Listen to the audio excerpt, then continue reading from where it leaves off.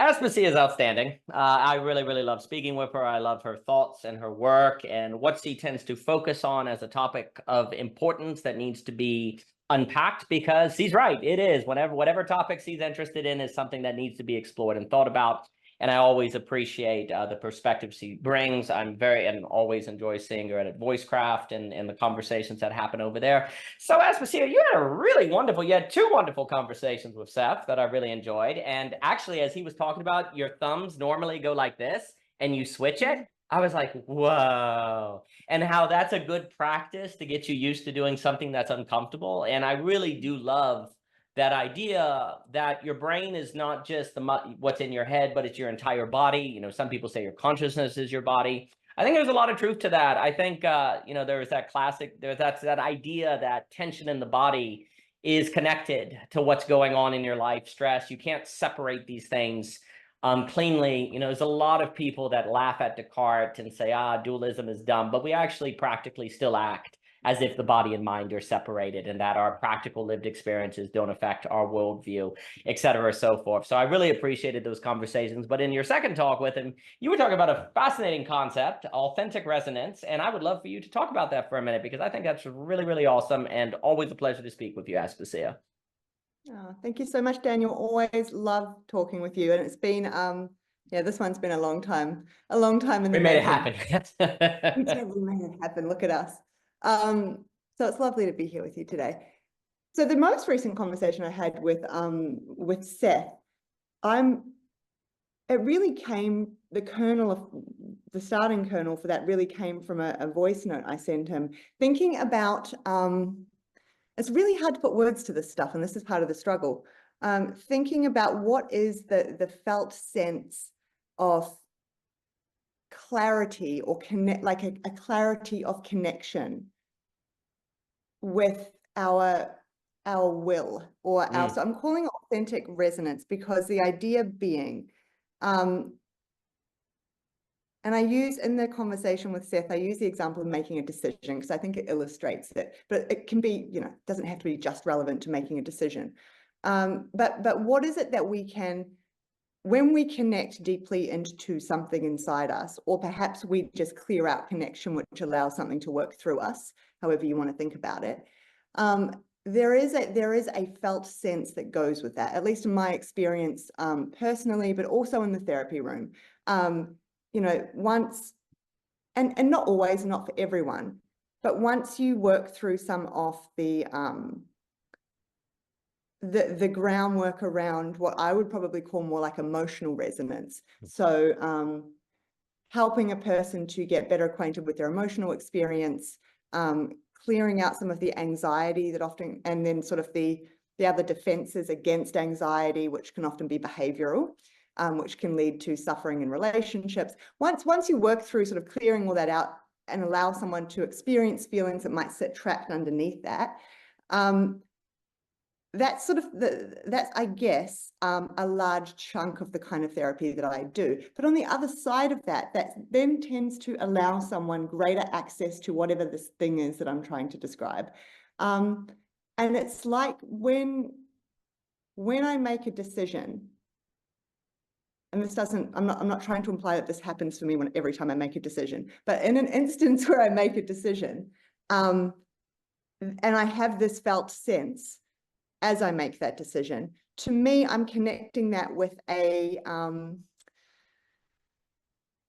clarity of connection. And I guess that's why I use the word resonance, with something inside me that sits well with me, sort of the way I've been talking about. Like I'm rested in, I'm grounded in that, like in this move I'm going to make. And the move might be to do nothing, right? So it's not necessarily, but in the thinking through of action, I guess it is kind of tied to, well, it is tied to action, but the thinking through of what I might do in this moment, and the decision I get to, there's a felt sense that can go with feeling as though I'm in alignment with my, I'm going to use words here that are imperfect, but with like my true authentic will or something like that.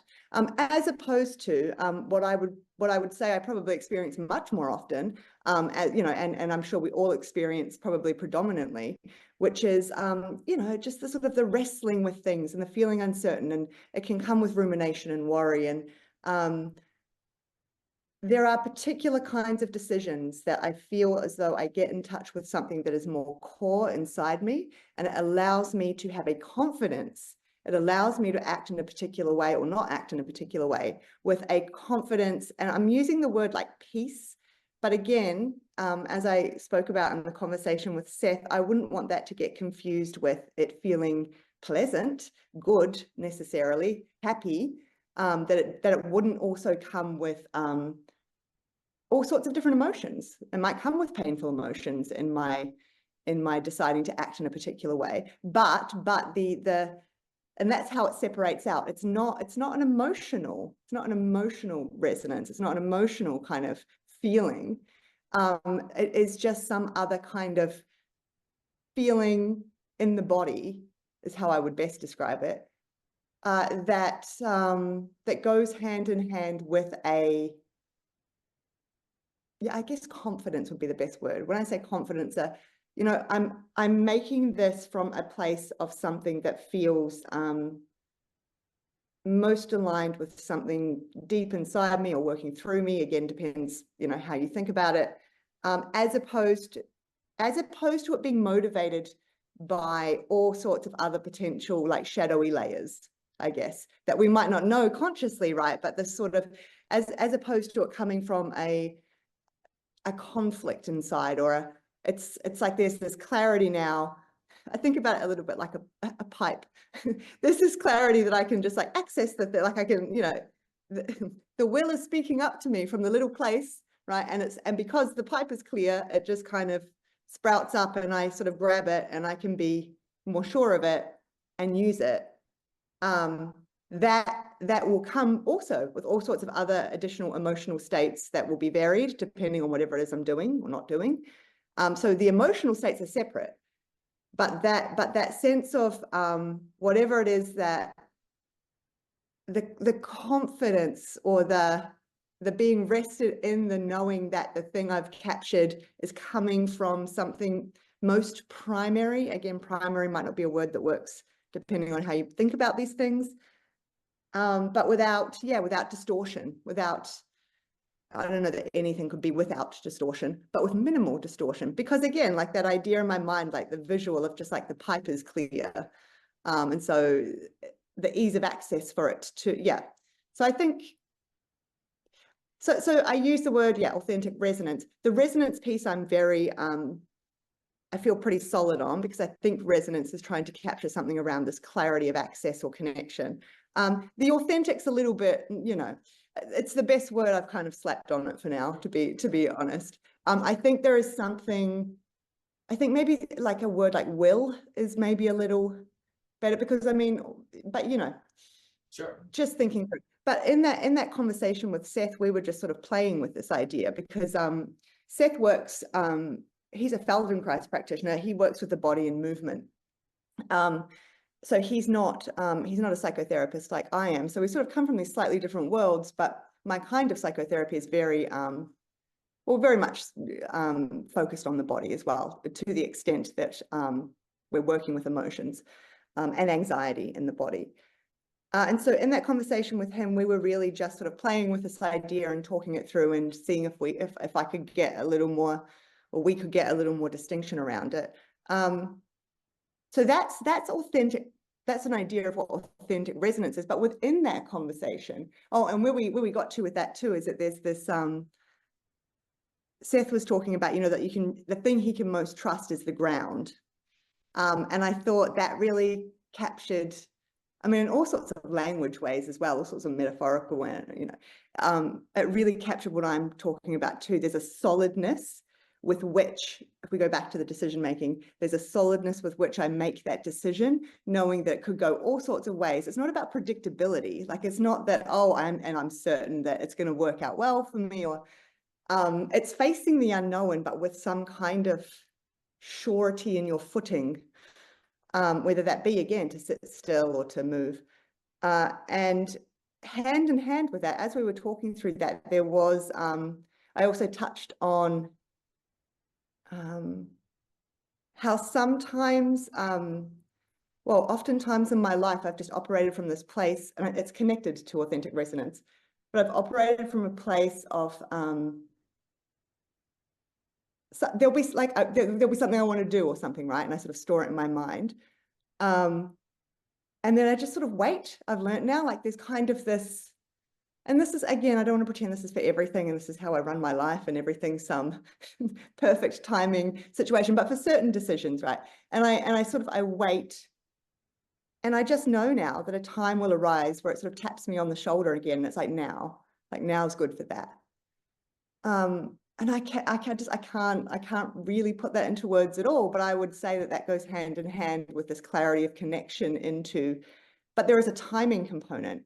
And we didn't really explore that in great depth in the conversation with Seth, but this morning I happened to listen to your, one of your recent videos where you were talking through error as grace. Yeah, and I just, oh, it was beautiful, beautiful, and it just captured a lot of things I have been thinking through recently too, and links into perhaps this timing piece as well, like the yeah, there's a manner in which I think you said something in there too about needing to learn to rest. And I was thinking about the term kairos, kairos, you know, in English we say kairos. Mm. Do you know? Yeah. Yeah. Which is but different to the Greek, but we'll go with, so kairos. And I was thinking about sort of kairos and synchronicity and like these sorts of ideas, and how there is a manner in which, perhaps this is how it all links together. There is a manner in which that when you are in touch, when you have this authentic resonance, when you can tune into it, when you have access to it, that it also allows you some ability to sit and rest in a manner that then sort of affords you a knowing that a timing is right, or something inside, something without, whatever it is, can sort of nudge you and let you know, because that's really what it's like. That's really the best words I can put to it in terms of my experience. It's almost like something just nudges me on the shoulder and says, yeah, now. Like, this is the moment. And so the ability to sort of wait and trust that, and to sort of be good with the waiting, is also that felt sense of authentic resonance too. This is what I mean about being good with it. There's no, I'm good with it. It doesn't mean that I also sometimes think about that thing and have feelings about, oh, it'd be good to do it now, but there's a surety and a restedness. So I've thrown lots of things. I think that was all absolutely outstanding, and I think this is extremely important because we don't often talk enough about what does it feel like to make a choice? What are the feelings that go with choice? What is the phenomenology of choice? We'll debate, do people have free will or not? But we won't actually talk about the experience of freedom. Likewise, we conflate choice and freedom too much. We don't talk about timing. Classically, freedom was tied to fittedness. And that's where that knowing when to wait, when is timing, is really important, because you're judging now or judging not now. Like, timing and choice are not connected enough because we are drunk on spatial thinking. We're not temporal enough, and that leads to all sorts of issues. I think also on that, we also speak too generally about choice. So, for example, there's the choice to eat food, but you're responding to hunger. So is it really a choice, or is it a reaction? And you're hungry and you choose between Olive Garden or Cracker Barrel. Is that really a choice? Well, you're only making it because you were hungry. So you can't really question if you should have made the choice at all. And really, if you then feel yourself full after you make the choice, that does the authentic resonance for you because you've succeeded, right? But when you're choosing what career are you going to do, or how are you disciplining the child correctly, there is no necessary hunger or instinct that is telling you that you should make this choice. You're judging the situation as one, say, where you need to discipline your child, just as an example, because I think this problem of authentic resonance really comes up when you are strongly responsible for something that doesn't have clear parameters. Ergo, Yes. parenting is a great example. Sometimes you can say, well, maybe I should just pretend like I didn't hear them say that. Maybe it's better in this situation to let the children figure it out. Other times you say, no, I need to step in and act there. Well, there's no hunger per se, that if you make the choice afterwards, you'll feel yourself satisfied and go, oh, okay, I figured out that problem, right? You are choosing to, in a sense, create a problem, like in the sense of you are choosing to enter into a situation and create it, and then you are choosing what is the best response to that. So it's kind of abstract all the way down, or let's put it this way, it's choice all the way down, right? And that's then, and then it's, you also have to choose the metric by which you decide if you succeeded or not, which the metric could be outcome. Well, they're happy again. Well, maybe actually maybe you shouldn't so quickly bring it back to that serenity, because they really need to actually sit with that feeling of having done something wrong. So maybe they feel like they did something wrong for 5 minutes is the metric of success. No, that sounds cruel. That's not the metric. The metric is that they play together. No, that's not the metric, because they haven't had time to process and actually learn what I told them. You also have to choose the metric of what is success for the choice, right? And how do you decide that? Does someone come along and tell you? No, nobody writes in the sky you should do X, Y, and Z. But the nature of those kind of choices, which are tied to discernment, are incredibly different from the choice of, are you going to eat at Olive Garden or Cracker Barrel when you're hungry, right? So there's different kinds of choices. You don't tend to be taught this under capitalism. Under capitalism, you are taught choice equals choose products, choose where you want to live, choose your career. But you see, all of those are the choice where the parameters of the choice are kind of given. The metrics is, do you get a paycheck? Do you get like social status? Do you get a good education? Like the metrics of if you made a good choice are kind of given to you by the social order.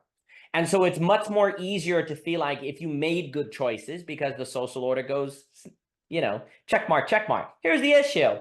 Once you get to about 30 or so, or, you know, running a family or having to make career decisions or doing any sort of art practices, suddenly and all at once, you find yourself predominantly in a realm of choices that have an entirely different quality to them. Very different from what you did for the majority of your life.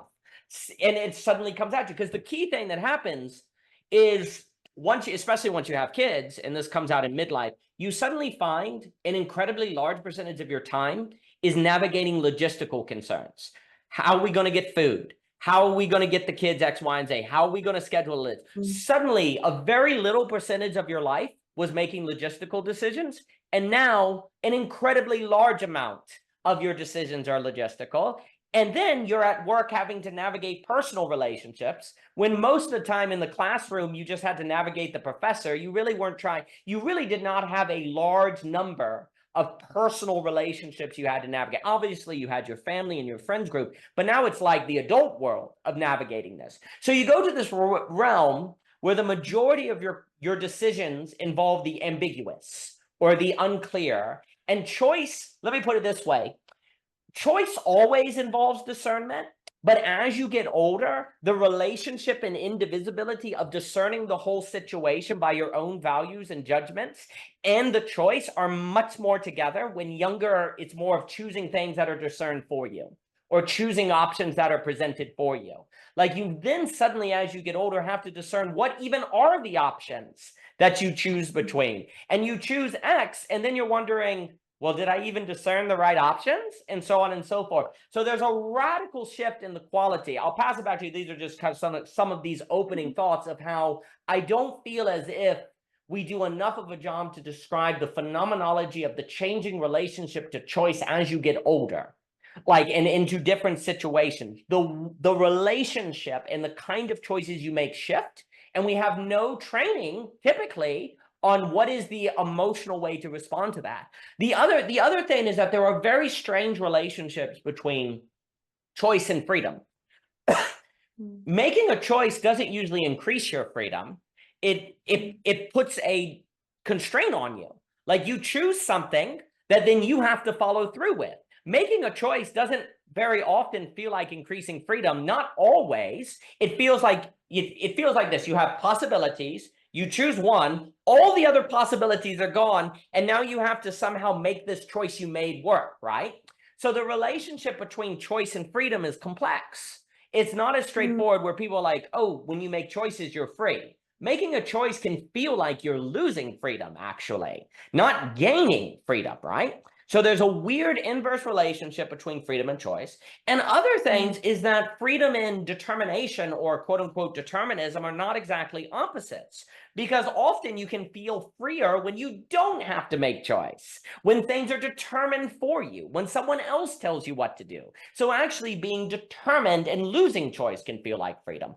Also, what is an athlete, and this is kind of Seph's point with Benita Roy on you get to the point where you can drive home without thinking about it. What does an athlete work really, really hard to be able to do, say in soccer as a goalie? To be able to block a ball without thinking about it. A testament to great success of choice and practice is precisely the ability to act without thinking, which means that you're using freedom and choice precisely in a way to be able to act without freedom and choice. And that becomes a testament to expertise, right? And so there are all these different relationships between choice, determination, freedom, that by not thinking through, the reason why I think this is really important to think through and to see how these things relate is because you get surprised, you're shocked when you encounter this feeling. You then, almost by definition, by not having this thought out, come to interpret the anxiety of choice as meaning you did something wrong, when really that could just be the feeling that comes with choice. That is the feeling of making a choice, not that you made a bad choice, but that you're making a choice, right? And knowing that, if you can change your assumptions about the emotions you are feeling, can then make you not be so quick to assume you're doing something wrong, and then also know that everyone else is feeling the same way, and also that choice and freedom don't go, anxiety and choice go together, and that freedom is actually found in a proper relationship of attuning yourself to choice and determination and figuring out how to be free in fittedness, discerning what is fitting for a situation, not being, freedom is not found in having choice, but making a choice that is fitting for a situation. Now that's kind of a loaded classical philosophical notion, but success in that correlates with a feeling of kairos. It correlates with a feeling of the right timeness or the fullness of time. There's a certain fullness that erupts there where you feel like, yes, this is where I'm supposed to be, and you get a certain rest in that, right? So you're trying to make a choice, which is going to feel like anxiety, for a feeling of rest, not for the feeling of I can do anything I want to do, right? Because that's another mistake. People feel like the point, like I'm free when I feel like I can do anything. No, you're free when you don't want to be doing anything else. You're free when you feel a rest in things. That's where it's at. But you're never ever, and then I'll give it to you, you're never ever going to get there though, if the moment you feel the anxiety of choice, you assume that means you're making a bad choice or this is the choice you shouldn't make. Therefore, you never train yourself in the habit of making choices to get to the place where you could find the fittedness so you can find that rest. And so then in the name of assuming you're making bad choices, you lock yourself out from the possibility of training yourself in the discernment so you can find the freedom in a rest that is actually what you're looking for, which is a kind of cutting yourself off from the rest in the name of avoiding the anxiety that is keeping you from rest. And so I think like thinking through these emotional experiences are very important, but let me throw it back at you. Wow. 50 things now to hold on to. Hold on. The one that really jumps out at me though is something you were saying near the end there.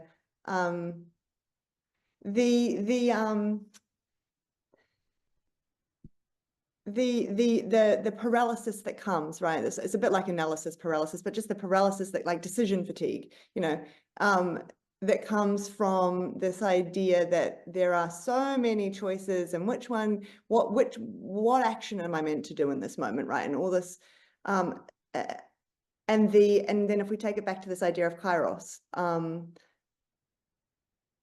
I was sort of reading about the sort of the earlier uses of that term. And I'm going to forget the book now, but in a book that I was reading about that, it was used, it was also used by the ancient Greeks to describe weaving. I don't know if you know this or not. When you're weaving, and like something to do with the loom and like it's the moment when the other threads sort of open and there's that moment for movement where now it's like sort of free to go through.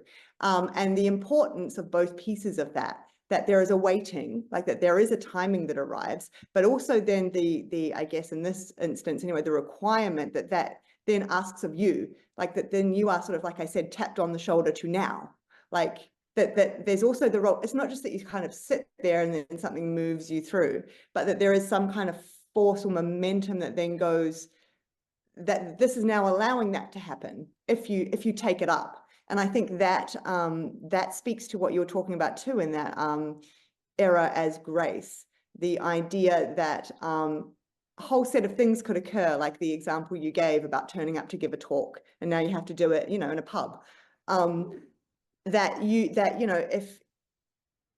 Perhaps if you are able to sort of connect into something more like this authentic resonance, might allow a response from you, might allow something within you to engage now with that set of errors that have occurred, in a manner that it's actually presenting itself to you like kairos, you know, like now's actually a moment, something's happened here, like, you know, but it's unexpected, because that clearing, that moment of sort of clearing, if we call it that, or the moment of error, like you said, is not something we can predict, and it's not something we can manufacture.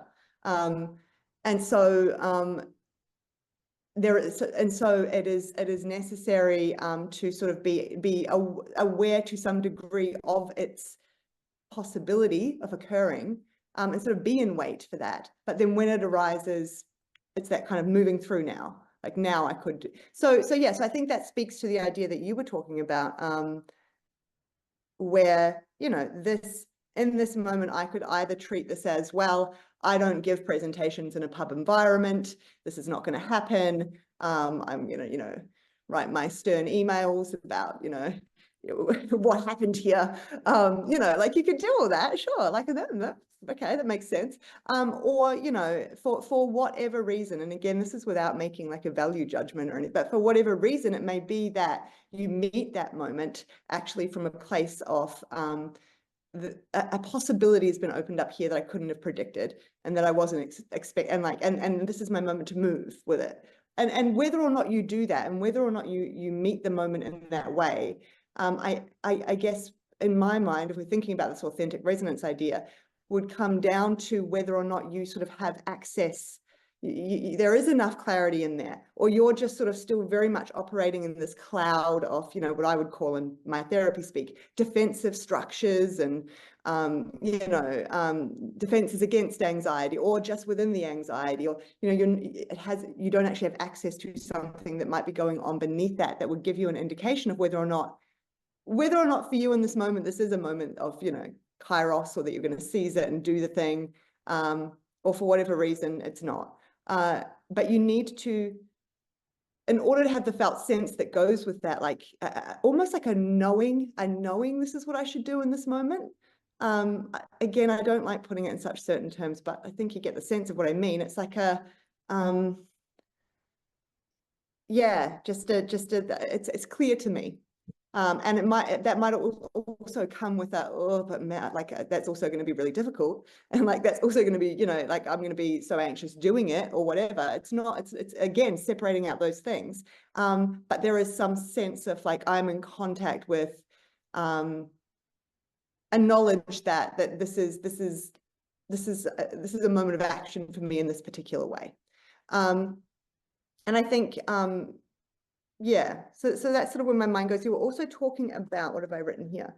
Well, first of all, actually, I want to just circle right back to one of the first things you said there, which is I couldn't have put it any better myself. The way you talk about, you know, there is almost no emphasis you know, the felt sense that goes with like making a choice, making a decision. That's actually really clear to me too in the therapy room, more and more so.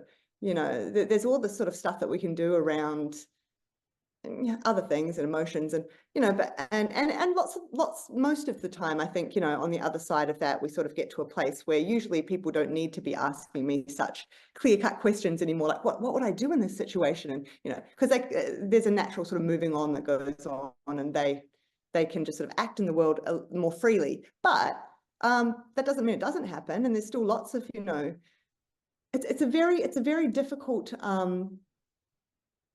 it's a very difficult thing to discuss, this idea of, you know, what would the guidance be around how should I know what to do, like when I'm faced with so many decisions. And like you said, you know, like you broke it down, there's lots of different ways that you could consider that.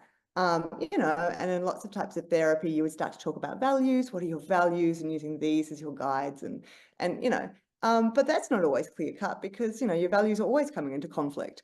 So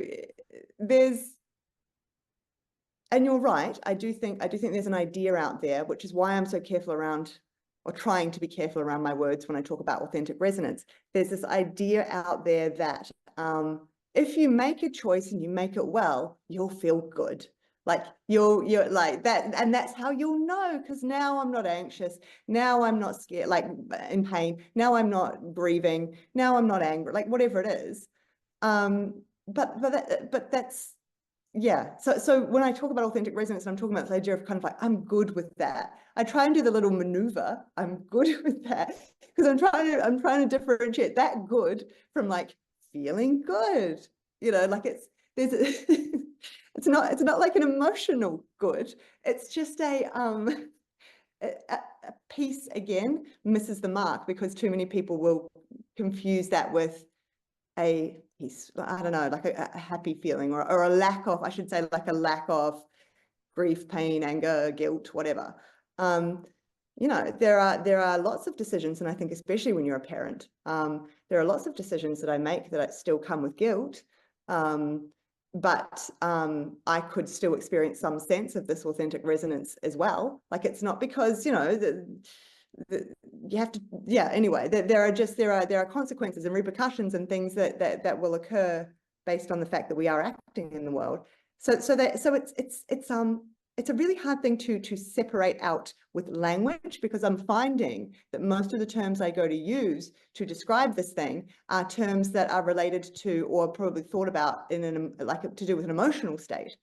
And so even grappling with the language around it, Daniel, was just very difficult. So then the knowing what your metric, your outcome measure is, as well, like as to whether or not you've chosen well. Or I think that was really interesting, because I guess with the authentic resonance piece, the idea that I am grappling with is that I guess the measure in that respect is the felt sense inside. Did you like, if I'm experiencing that in the moment of the kind of making the decision to move or not move, that's good enough, like come what may. Because I should be clear, like decisions that have been guided by that sense for me in my life, they're not ones that always like turned out really well. I mean, there's, yeah, I mean, there are ones that, yeah, that turn out in ways I couldn't have predicted. But that doesn't take away from my confidence that in that moment where I was, I did the thing that was kind of being, I don't know, being spoken to through me, or that is just kind of was my most base level will, in alignment with, I can't even find the words, but there's something that I would still stand by that. And so it's all a little bit hard to hold on to, really, as opposed to, I guess, yeah, like these other examples that you provided around, well, if the anxiety all disappears, or if I start singing and tap dancing afterwards, then I know that was that was the right, or if everyone around me tells me I did well, or if, because that's often the case too, obviously relationships and however, the implications our decisions have on others and their emotional state, and perhaps their authentic resonance is obviously important here too. So there's that piece. And then,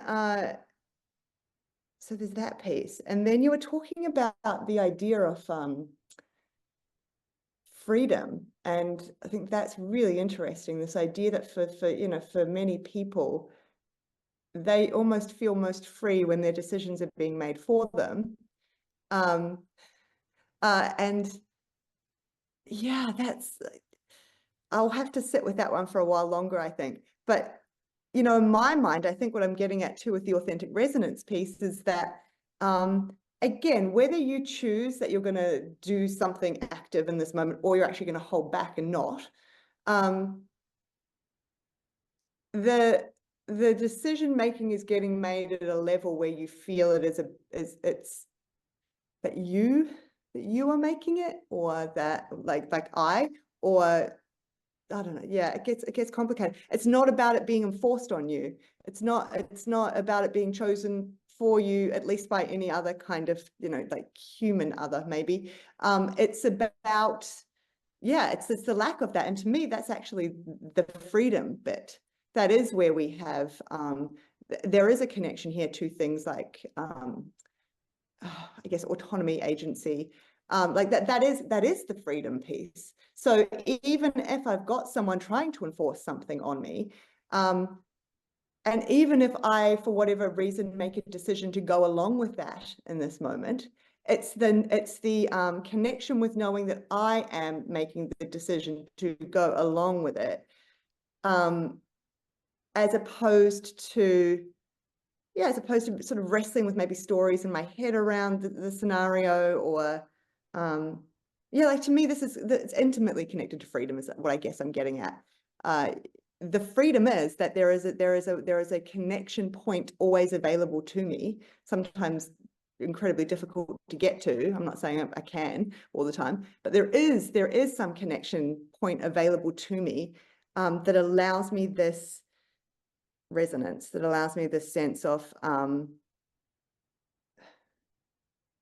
touching something that is truly of my own, or that is I want to use the word pure, but that's very loaded. There is kind of a purity. I guess that goes back to the clarity. There's a beauty too, I guess. It goes back to beauty. There is like a beauty to it. And it's I think the fact that it actually evades language speaks a lot to what it is that I'm trying to talk around, get to, or experiencing. It is, it's a without words, and that's very much, last bit, and I'll throw it to you, but it is very much, it is very much like that inside me too, is what I should say, like the felt sense. And I guess that's why I go back to the body, is it is quite without language. And so all the language that I was trying to sort of throw in that conversation with Seth, throw out, almost sounded like I was reporting thoughts in my head that go with it, but they're not.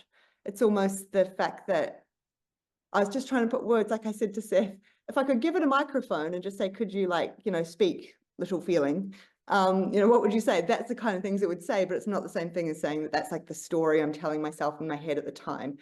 I do recognize the limitations of the fact that I am now trying to wrap a story around this thing. I understand that, but it's, without that, I would just sort of sit here in silence, and then it would be much harder to connect over whatever this is. So, yes, I'll throw it to you. No, outstanding. I think that's all just spot on. I think the issue is that when we get into these deepest, highest quality, highest dimensionality matters of choice, that we need the phenomenology of the artist to understand, and we don't have that phenomenology available to us. So, for example, when William Faulkner is writing, so I'll use this example, when he's writing The Sound and the Fury, he feels like he has a vision of Caddy in a tree.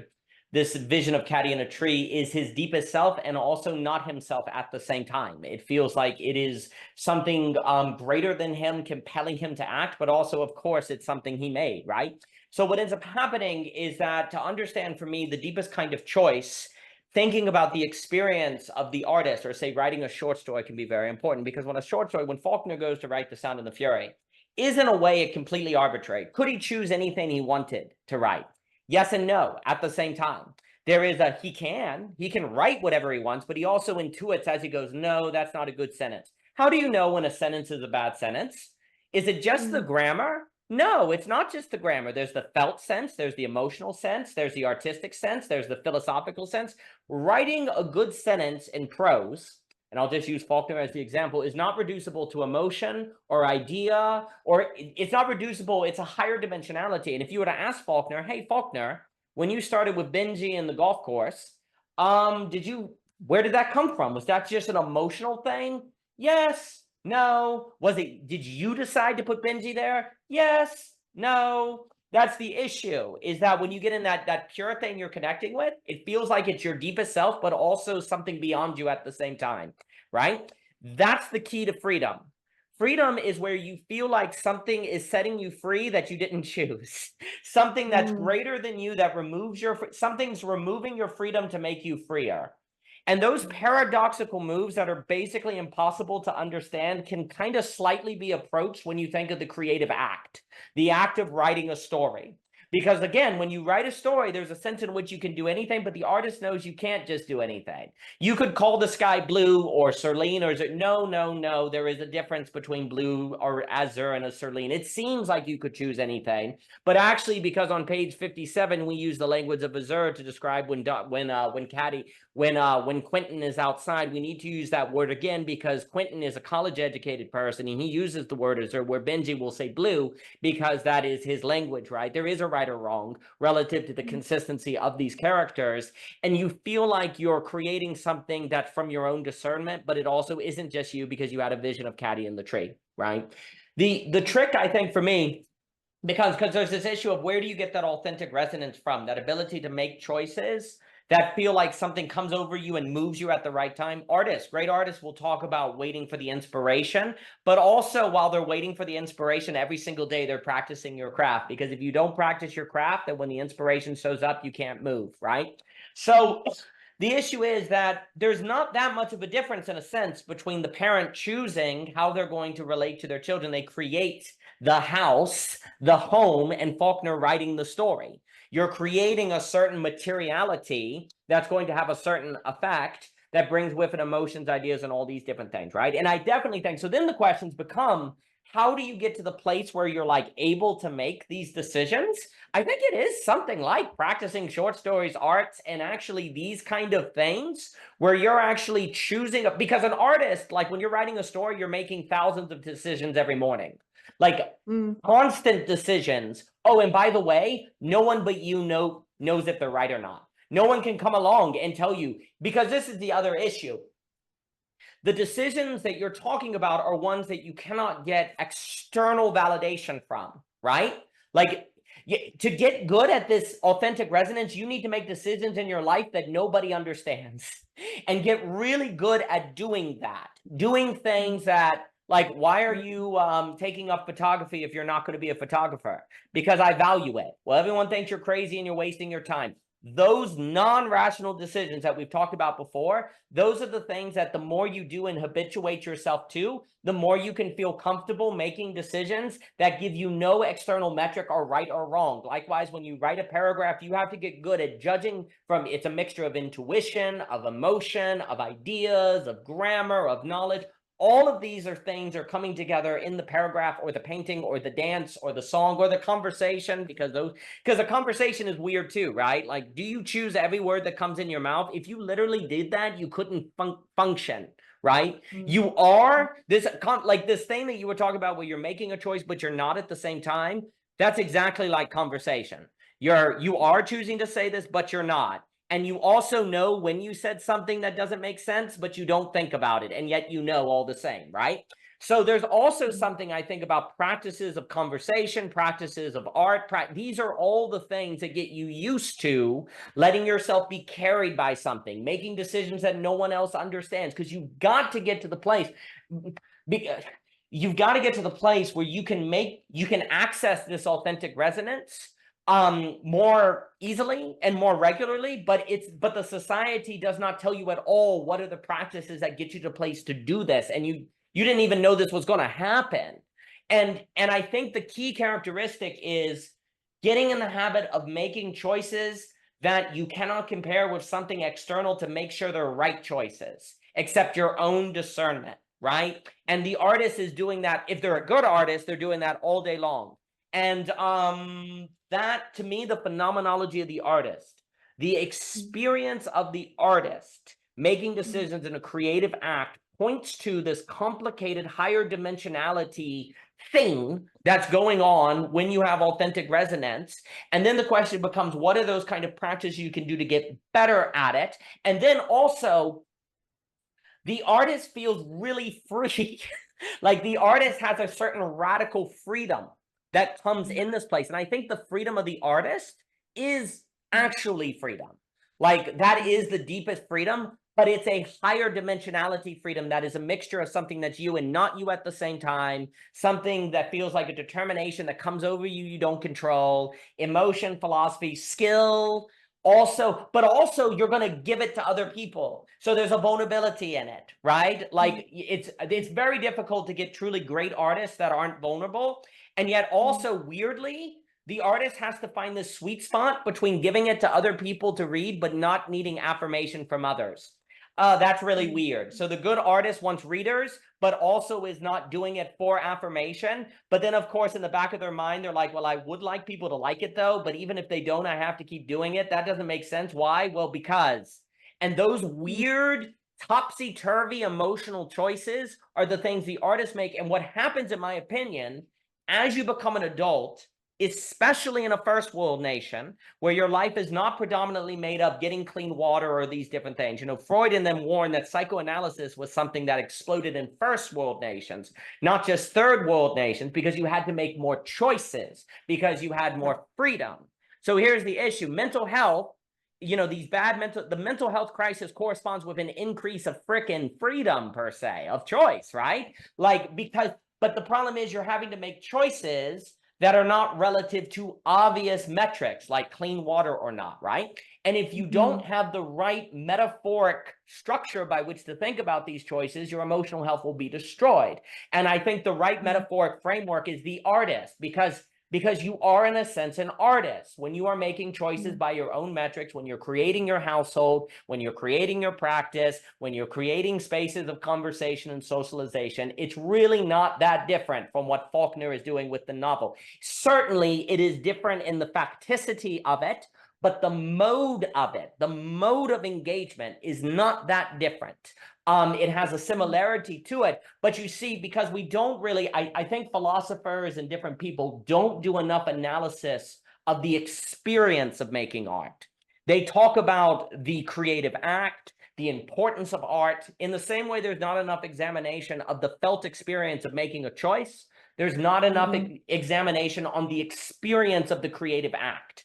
There's talk about the creative act and the importance of creativity, but what is it like to write a story?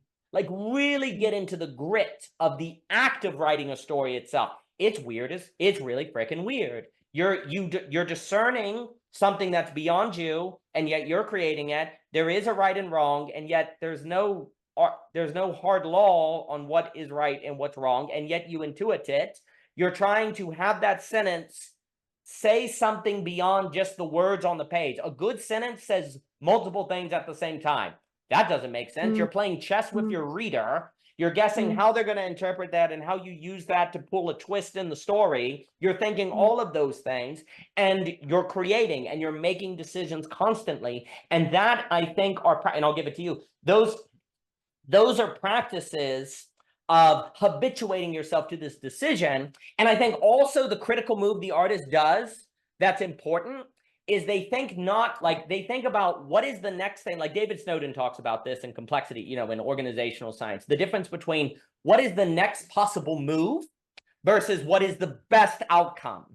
Like artists are really focused not on, am I making a good choice or not? They're looking at their story and thinking, what is possible now, given what is the case, and what is actually going to maintain the story and its emotional impact while I'm doing it versus I want to write a good story. I want to live a good life. It's too vague. That's not telling you. So you've got to stick to questions of what is possible now, given where the story is. And yet in those decisions of what is possible, you have a vision of the whole story that is tied to seeing Caddy in a tree. So you're doing, this is the weird thing. You're making choices for a bigger picture that is also really intimate with what is possible now. And you're not beating yourself up for not achieving that bigger picture immediate because you see the steps. That's another problem. People make choices not seeing them as part of a sequence of steps. They immediately get mad at themselves if they don't get the outcome. And so what they think is, Troy, did I get the outcome or not? I didn't, bad choice. No, is it a step toward the outcome or is it not? It's a step toward it. Then keep going. An artist is used to that kind of choice.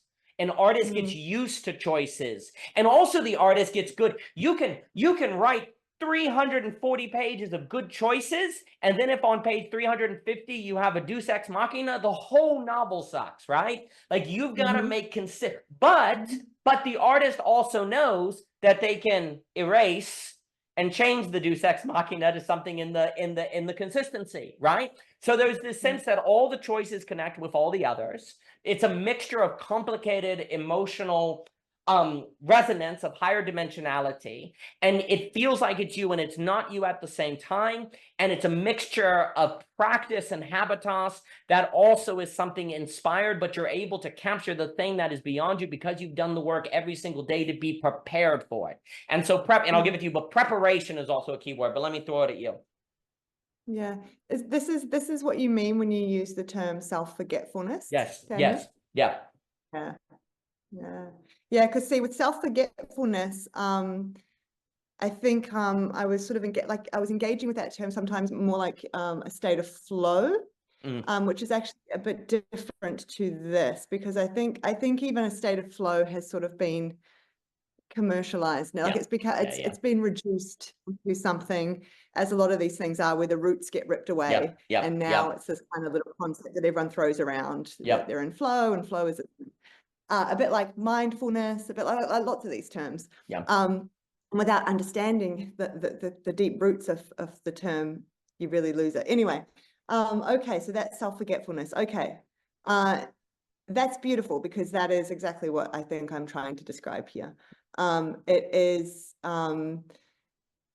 it's funny, isn't it? Because it's at once some sense of my most base version of myself, but I know it's not, which is why I sort of then go, but it's also about actually in trying to get to that base point, you come to find that actually maybe there's a hole there, that there's something that the light shines through. Like, you know, if we think about it that way, like, that actually it's an access point for something.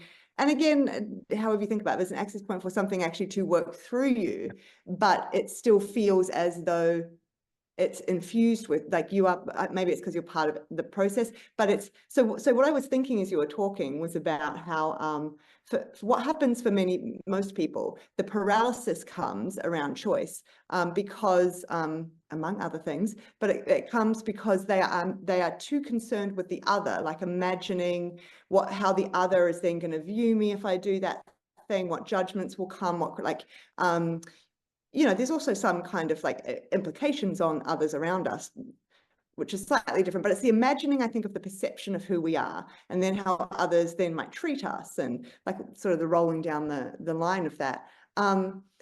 That gets in the way. But then if you sort of point that out to people, it can sound like what you're saying is just be really selfish, and like, you know, it can sound like you're saying, don't ever think about other people, like, so that kind of misses the mark. But there's a way in which what we're talking about here, and I think is the self-forgetfulness that you're talking about, is it's not, so it is, the idea here is that what I'm getting at with authentic resonance is it's an opening up inside, if we call it inside, to a guidance a guidance that comes from, but not from an other, right? Like, so not from an other, but from some other place. And I think this is like higher dimensionality and all of these things that you're talking about is what we're talking about here. And it's always interesting that people talk about it as like higher and stuff. When I talk about these things, I always get the sense it's like something coming from the ground, like it's something that's funny, the spatial aspect that we use in our mind to imagine it. But anyway,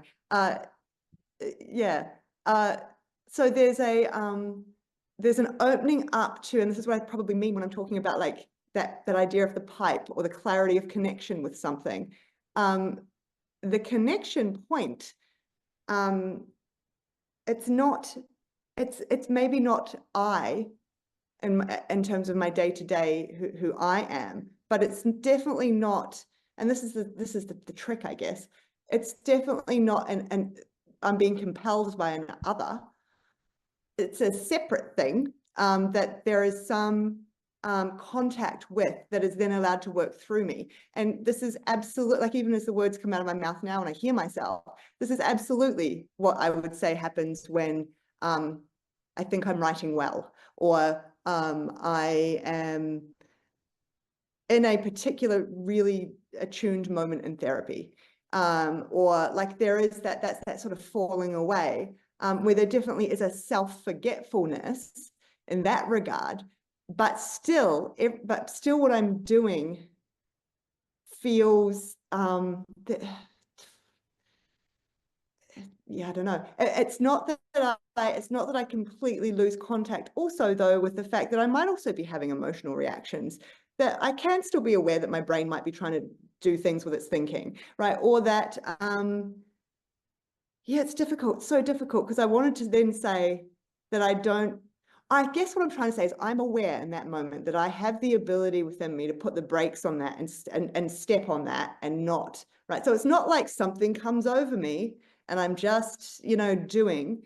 It kind of does, but I am also aware that there is something that I'm doing that's allowing it to, that's not blocking it, that doesn't then go, no, we're not having that now. Like I'm not, because I think sometimes that gets lost in the mix too. It's not like going into some sort of trance.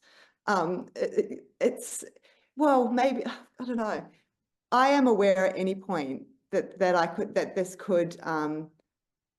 lose this, I guess, is one way of, so there is, I don't quite know how to talk about, but that's maybe going a little sideways too. But there is, there is a component of it that's working through me. And I think this goes back to too, like the phrase that's just constantly on my mind at the moment, which is the navel of the dream, which is a phrase from Freud, which is, again, I think goes back to this idea of the connection point, or like the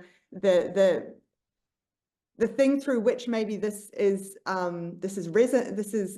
resonating and I am getting access to, perhaps. It's the bit that we can never explain, right? Like it's sort of the piece that must always remain unknowable. And yeah, I think when to take it back also to your error as grace, when we think about the surprise and we think about error and we think about, I do see, and then we sort of link these to ideas like kairos. I do see a role here for those things as occurring from the navel of the dream, or those things as occurring, like, but in order to be able to interact with any of this, which there needs to, as a prerequisite, like you're saying, I think we're just using slightly different language. Like you're talking sort of about what is the training for this, what are the things, and I agree. I would probably, just talk more about there needs to be, people need to do some work or have some, be engaged in some forms of activity, or I guess training, that allows them to clear out all the other stuff, all that muck, like that muck that sits on top, that you're not, again, I'm not talking about we're going to be able to clear it out completely and we'll wander around being, perfectly attuned to our authentic resonance. But to some degree, in order to have access to it at all these, what I would call, again, defensive structures, anxieties, the way that these which is defensive, but these ways that, again, we are so we are so focused on the other and what they must be seeing of me as I do this thing, and like being, you know, the projections as well, I guess, if we're just going to put it into therapy parlance, like, you know, projective processes that go on. We have to be able to work through somehow and be given access to training or a place, a context in which we can work through those things. Either that, or we just have to start, well, it's probably both. We have to start super, super young, so that all that stuff that gets built up is hopefully more flimsy, and it's easier to push through when you want to.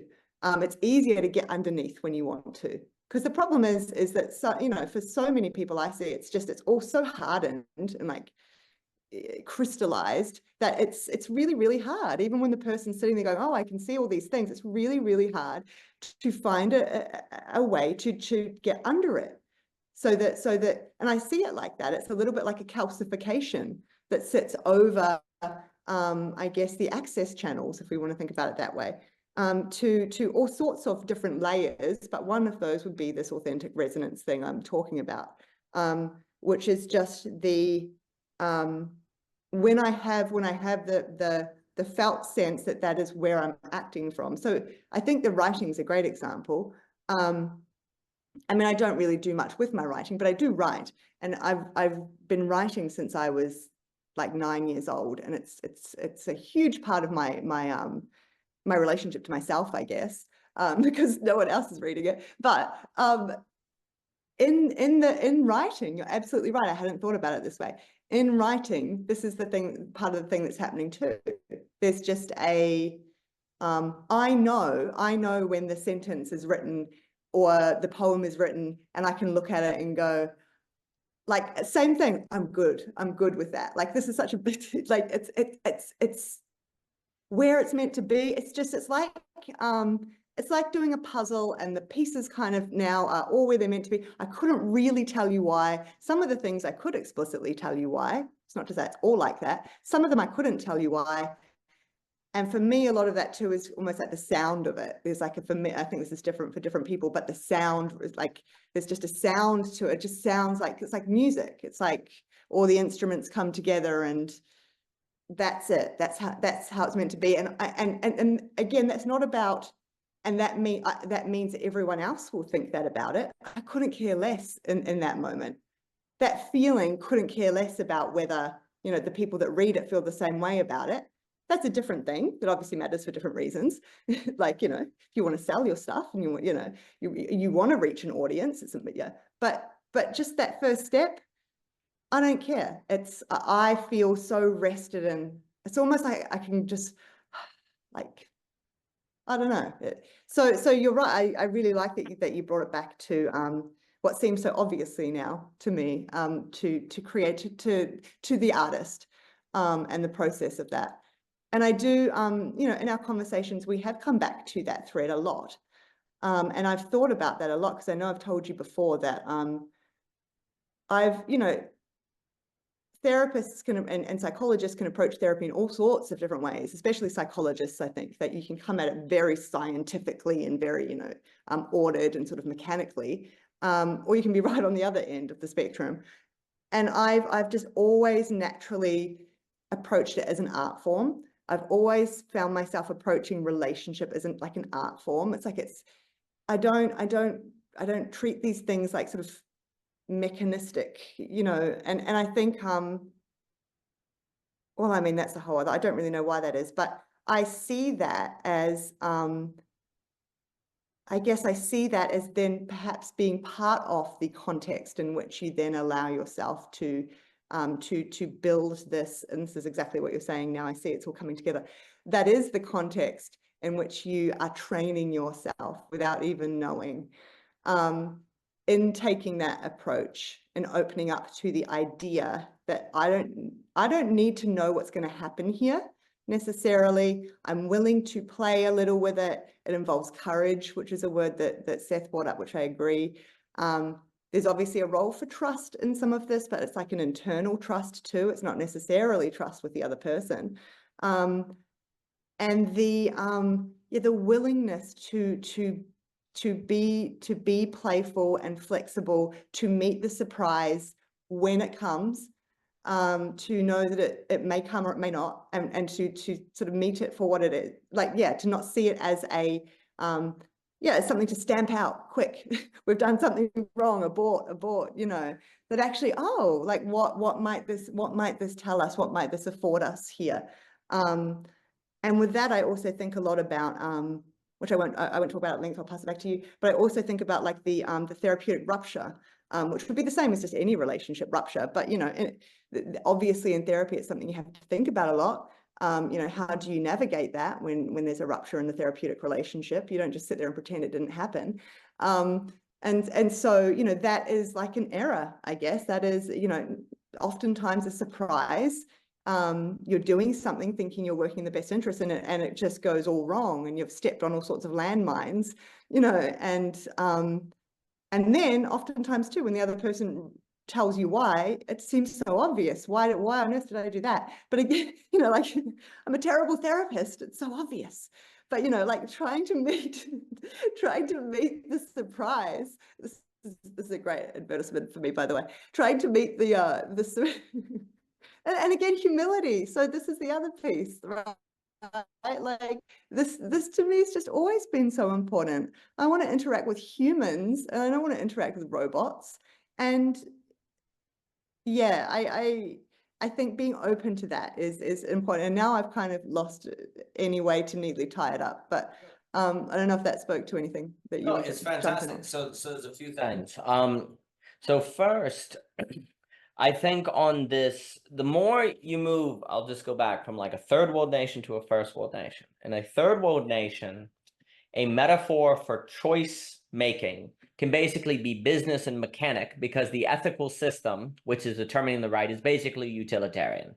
How do we increase clean water? Clear metric. Okay, we get a system, we create the system, and then everyone has clean water. Great. As you move from a third world nation toward a first world nation, you move from an ethical system of utilitarianism to something more like value ethics, of determining value. Value, though, the correct metaphoric framework by which to think about a relationship to value is artistic. It's an artistic process. It's more of the phenomenology of the artist. When you're talking about utility and increasing the overall happiness for people, reducing sickness, the correct metaphoric relationship is business and system, right? It's not you don't want creativity getting people clean water unless it's creativity to make the system, but it's fit within the metric of success. As you move toward a first one, the problem is in the West, we are in a condition that metaphorically needs us to think according to the phenomenology of the artist, because we're primarily in the business of relating to our values and finding fittedness with them. And we are using a utilitarian system business framework. That mismatch leads to pathology, unhappiness, and all sorts of problems. And so that's our issue. Well, that's part of it. And pop psychology. It Yes. also leads to pop psychology. It absolutely I think that's does. what pop psychology is. It's the trying to jam that with that and package it up. Well, you mentioned how flow has become cheesy, and that's because flow has been basically brought into business strategies, how to create flow in order to create profit margins and blah, blah, blah. When you go back to Mikhail's original understanding of flow, it is certainly tied to a connection between some sort of emotional work, skill, task, and it's a flow that is not a losing yourself in some emotional trance, but the capacity to be ready for the unexpected. And that, to me, the preparation for the unexpected is a key phrase that will get into the grace and the arrow thing. So I think that's very important. I will note also a reason why I like the example of writing is because in order to write, it's a simultaneously act of emotional, internal, existential work and craft at the same time. Like when you sit down to write, you find out what's inside of you. And you also have to say that's a bad sentence. So it's a mixture of internal work. The training of writing does both kinds of training. There's a skill on the outside and there's an internal that's going on, right? And actually, your relationship to writing can actually kind of mirror your development getting older. So it could, it doesn't have to. Like if you say, I'm going to write to sell, You start writing saying, I don't care what other people think, I'm not thinking about an audience. Well, that's extremely healthy, because what have you done? You've individuated, right? You've at least got some practice in your life of individuation. If you never individuate at all, there's pathologies, right? So you've individuated. But as you get older and perhaps you say, well, I'd like to share my writing, then you start thinking about what will other people think of this? And you have to make decisions of, well, do I want them to think I'm an axe murderer because I write a story on an axe murderer? Well, maybe I should trust my friends to know I'm not an axe murderer. Can I trust them? Well, maybe not. Maybe this isn't the story. You suddenly start having to think about what the other person will think about you. And then you also have to make decisions on, well, maybe I'll just have the story be authentic to me and not really worry about what other people think. Well, now you're in a domain, though, of selling. So it's not just an authentic matter. There is consideration of the other, right? And you start engaging in this complicated but very psychologically important inner work of negotiating between you and the other. And you start, I think, a good artist comes to learn very odd things like, I need to not think about my audience for their sake. Like, you arrive at these weird paradoxical places that are true to life, where you start saying, I'm going to erase this character. They talk all the time in writing about killing your darlings, kill your favorite sentences. You're like, well, that betrays the whole reason. No, actually, you kill your darlings because actually they tend to be bad sentences that self-deception has deceived you. So then you come to realize your own self-deception. Like, writing also makes you realize how much you lie to yourself. And so there's also in that, as you're thinking about the skill and craft for the audience, and you're engaging in practices of negotiating your intent with their experience, and you're also trying to realize that the things that you think are good actually may not be, you have to develop these, again, paradoxical discernments between being disinterested in your own work. Well, that seems impossible. Well, this seems to be an important skill, right? And that kind of practicing, this is, I guess, kind of the point, that kind of practicing makes you more into a habitus, or like a habit that better aligns with what you need to be able to do to make choices under value ethics in a first world nation that is not primarily determined by the systems of utilitarianism, right? And then also these skills are also these habits also increase your probability of being prepared for error, surprise, and everything that we were saying there, right? Because when you write a story or you write something, you're actually very often constantly encountering surprise. Oh, I didn't know I was going to write that. Oh, I didn't know I was going, and yet you're able to go with it, right? So indeed, self-forgetfulness, from Timothy Keller, as kind of, you got selfish, where you just think about yourself. But then you have selfless, that can be bad because I'm bad, I'm a bad person. So he's like, just use it like your thumb, right? Well, how do you stay in a state of self-forgetfulness, though?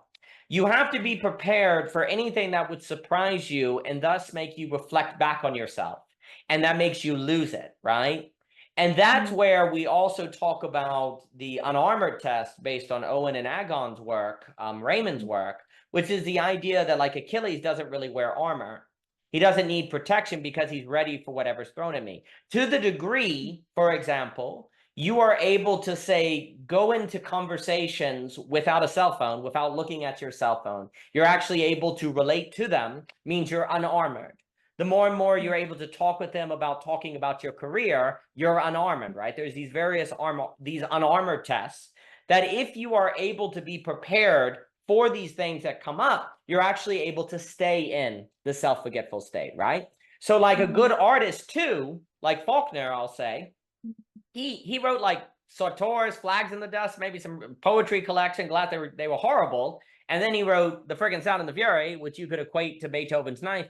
But you see, because he did those other novels, he had the skill to be prepared for when Caddy showed up in the tree, to where he could write it without reflecting on himself and losing it, right? But that skill, that preparation for the surprise of Caddy, was a mixture of having done the emotional work to be able to have that experience, to also have the skill to go with it without reflecting on himself, saying, well, this novel is probably just going to be as bad as my poems, right? So both of them go together for a preparation of the surprise. And this is also the key, like you were saying. If you learn all of these capacities, how do you use them without showing off, right? Yeah. Like that was what that piece was showing. Like if you well, it's because the grace of the situation that you're not ready for, right? The grace of the error. It's like, oh, I learned how to project my voice. I learned how to actually be able to talk like Jochen was saying, and I'm not going to tell everyone, hey, I'm really good at projecting my voice. When the situation arises, it gives you an opportunity to show your skill without being an egotist. So there's a grace in the error because you've earned these skills, you've worked on these skills, and now you get to use them without being self-centered, which only the error can provide.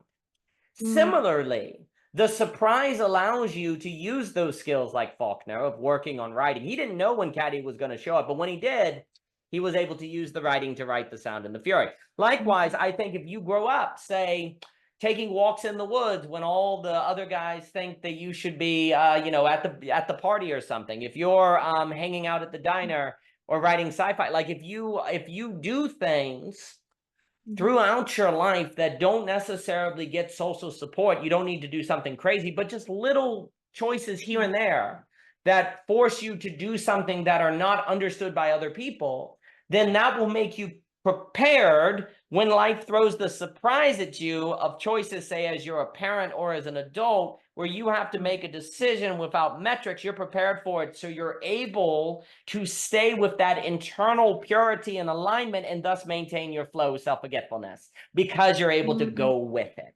And the example, and then I'll give it back to you. An example that I always go to is like the cypher hip hop artist off the dome. Okay. The cypher hip hop artist doesn't know what topic's going to come, but he's got the confidence. You mentioned the word confident. That's a huge word.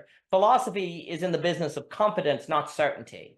The cypher artist is not certain of what's going to come next. He has confidence that he can handle whatever comes next. The point of philosophy, the point of art, the point of basically like everything is to be prepared for the unexpected, to be confident that whatever surprises you, you're going to turn into music. You're going to turn into brilliance. And in fact, referencing again, Mr. Jochen's work, the only possibility of the deepest experiences of beauty is precisely in the preparation for the unexpected that creates the glorious. Because beauty in the deepest sense cannot arise if there's not the possibility of stuff going awry. And it's precisely the surprise that makes it beautiful, not simply cool. Like the shock, the shine, the whoa, that comes from the, wow, that cypher artist had no idea what was going to be said, and yet he was able to make it happen. Wow, that jazz improvisation, wow, they were able to rise to the occasion of the unexpected.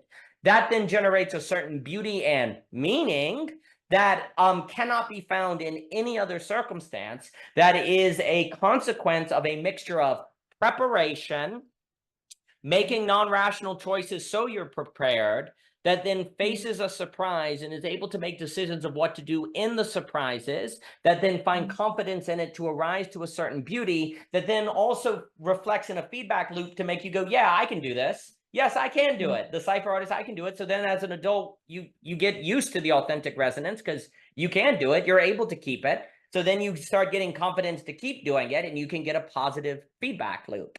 However, you have to do it and you have to work for it. And I think for me, this is why philosophy needs to focus on things like the encounter, the surprise, the limit, the unexpected, preparation, confidence, the glimmer, the shine, the error. We need to prepare for the unexpected, not try to plan away the unexpected. You see, that's the other, I should note that. Like, we're trained basically to think, oh, you made good decisions if you avoid the unexpected. That means you made good decisions. No, good decisions means you're prepared for the unexpected. No one can plan away the unexpected. If you do, you're a machine, or you never did anything risky. So if you never encounter anything unexpected, you probably have no grace in the sense of the error is grace. You have no beauty. So the question is not how to make choices to plan away the unexpected. It is to make choices to be prepared for the unexpected so it can be an experience of beauty. But that is a different habitus. That is a different series of choices. And that I think we can start to approach when we metaphorically think about value and the artist. And in this sense too, I think the navel, and then I'll give it, the navel of the dream is a great example because the artist dwells in the navel of the dream. They're in the place between this world and the next, the navel, the connection, and the dream. To be prepared for the unexpected means you can find the navel and stay in it. If you're not prepared, you find it for a moment and then it's gone. And then you're just regretful. You had that, like, there are many artists that become really depressed. And I think that's because they weren't prepared for the vision and they lost it or it got away or it destroyed them.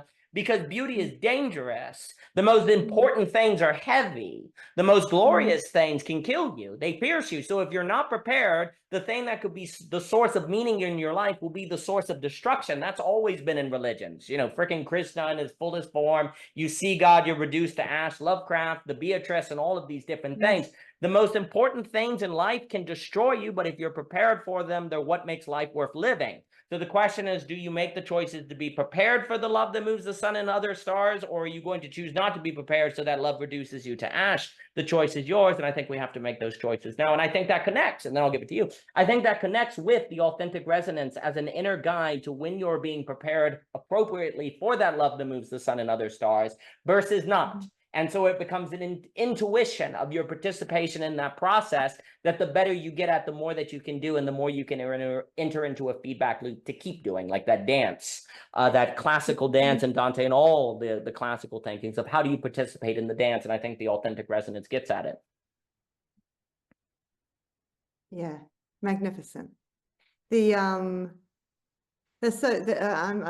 just so struck by what you're talking about, and you're absolutely right, that how heavy the unexpected can be, like, that you have to be prepared for the weight of it, right? And that it can crush you, destroy you otherwise, because that is like this is that weird contradiction, because that's the turnaround actually of sort of where Seth and I got to at the end, the idea that like actually the connection into this thing allows me like a trust and a confidence that, how do I put it into terms, that like the world can or this thing that I'm using as my guide can carry my weight. And I was talking about like sort of in relationships as well, if we move into that space, the idea that trusting that this relationship will be able to hold the weight of my authenticity, the weight, and whether that's emotional or whatever, that I can be as honest or vulnerable here within this relationship because I trust now that the ground within this relationship can hold my weight. But then in terms of the authentic resonance piece, it's more like I'm having a felt sense that whatever comes with this action, this move, this thing, right? That there's that the weight of that will be held somehow. That I will be able to be good with that. Keep doing good. That I trust that again. I will just know I can continue to move along this, knowing that I'll be able to continue. Like, I will know what to do. I will be okay. I can make decision. But then this is the turnaround of that. That actually at the same time, actually, it is more so that maybe I am the ground that has to be prepared to hold the weight of the thing that comes, if that makes sense, of the thing that arises through me or however. So like actually the training is the making me the firm place. And that speaks to the term grounded, obviously, but like, yeah, that is the preparation work, that I prepare myself as instrument or whatever, that when the unexpected arises, I can enter into it. I can use it as I can even just see it. I'm even able to see it as an invitation, right? As an invitation to creativity, to whatever it is, but in order to do it, I have to be firm enough to hold. I have to be the ground. I think that's really cool. I like that.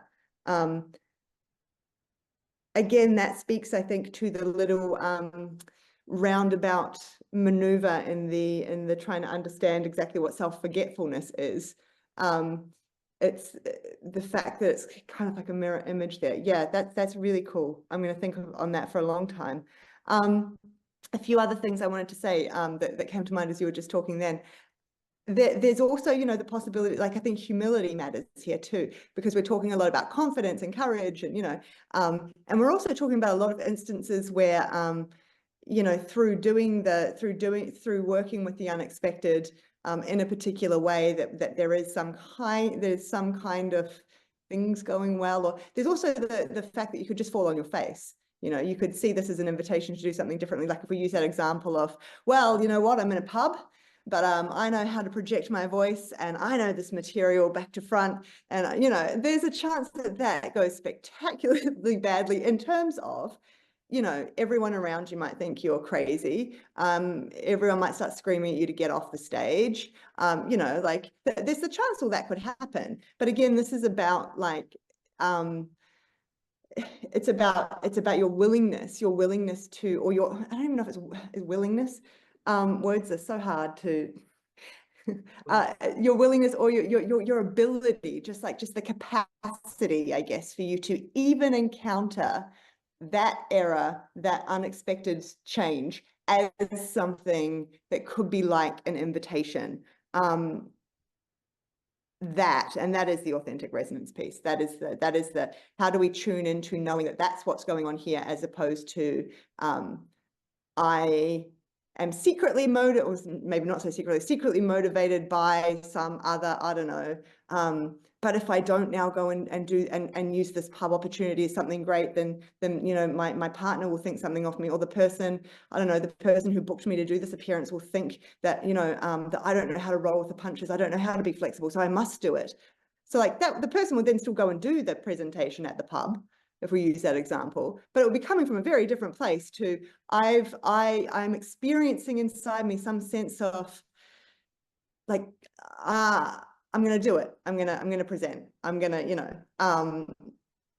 does that make sense? So that's important. And it's important, I think, to specify that there's also the chance that, yeah, you could fall on your face and everything, but you could still experience authentic resonance. And then also the other thing that comes to my mind, well, actually, I'll talk about this one quickly first, and then I'll move to that point.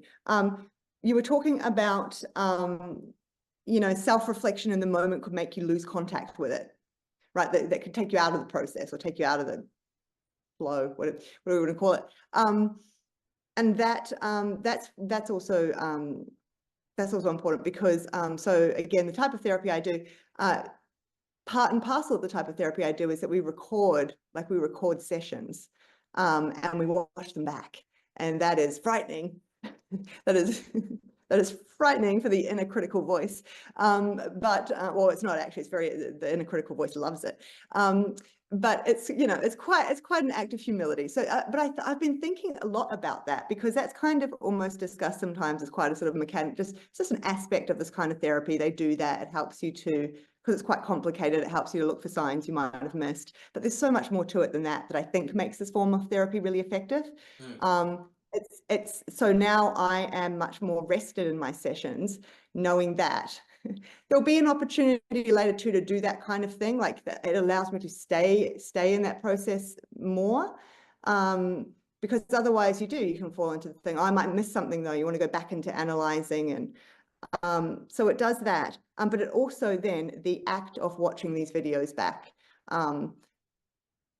especially in terms of seeing yourself, hearing your voice, all these things, gets you intimately in contact with all these things that I just described, like your inner critical voice, like you know, you have to confront them time and time again. And the more that you do that, the more that you come to be, well, I guess, habituated to it, but you come to see like, that you can get below it, that if you stay too much in the self-critical place, you get to know the consequences of that. You move beyond it. It's a training. I guess this is another kind of training, that then spreads out to the rest of your life. That actually, I can be aware of all these. I can be aware that there's always a risk that I could go down that pathway, right? But then I will lose contact with these other kinds of, I call them deeper processes. Some people call them higher processes, whatever they are, which yeah, which are actually the sites of creativity. These are actually the things that afford me,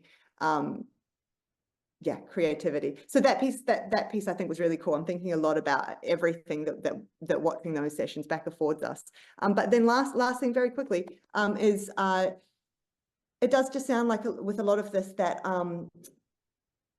the importance of it starting young, like even, and maybe also what I'm getting at is I just wonder too, especially like with artists, if we stick there, I just wonder if that this did start young for them, and that is actually part and parcel of what sort of then allows them to keep on the artist path, or to become an artist, or however you want to talk about it. Because what I mean by that is, like, you were describing a few things there, like being the kid who went on nature walks rather than XYZ, who, you know, all these other things, and kind of and I can relate to that very deeply, because I just think about there are lots of things that I did when I was young, when I was a child, that, yeah, like went against the grain of like I would go and sit and read like a book on the side, and like while everyone else is doing these other things, and like just lots of examples I could give you that I don't really know, like when I look back on, just seemed like I was just, I was just okay with it. It is actually authentic resonance. I remember at the time thinking like I knew that no one else understood why I was okay with that. And I could understand how other kids would be like, oh no, but then you'll be like an outcast and you'll not be part of the group. And but I was just like okay with it. I don't know how else to describe it. And I just wonder then, does that speak to, I mean, this is a whole ball that's probably a different conversation, right? But was that already just there? Like, so that connection with, I don't know, I'm probably going too far sideways, but why is it that even at that young age, I guess, because that's not to say that there's not like other aspects of things that were going on that I definitely had to work through later on in life. I'm not trying to paint a picture of I was afforded some kind of childhood where I had access to authentic resonance. It was definitely not that. You know, but it was just, you know, I don't know, that was there already, and yet for some kids it obviously wasn't.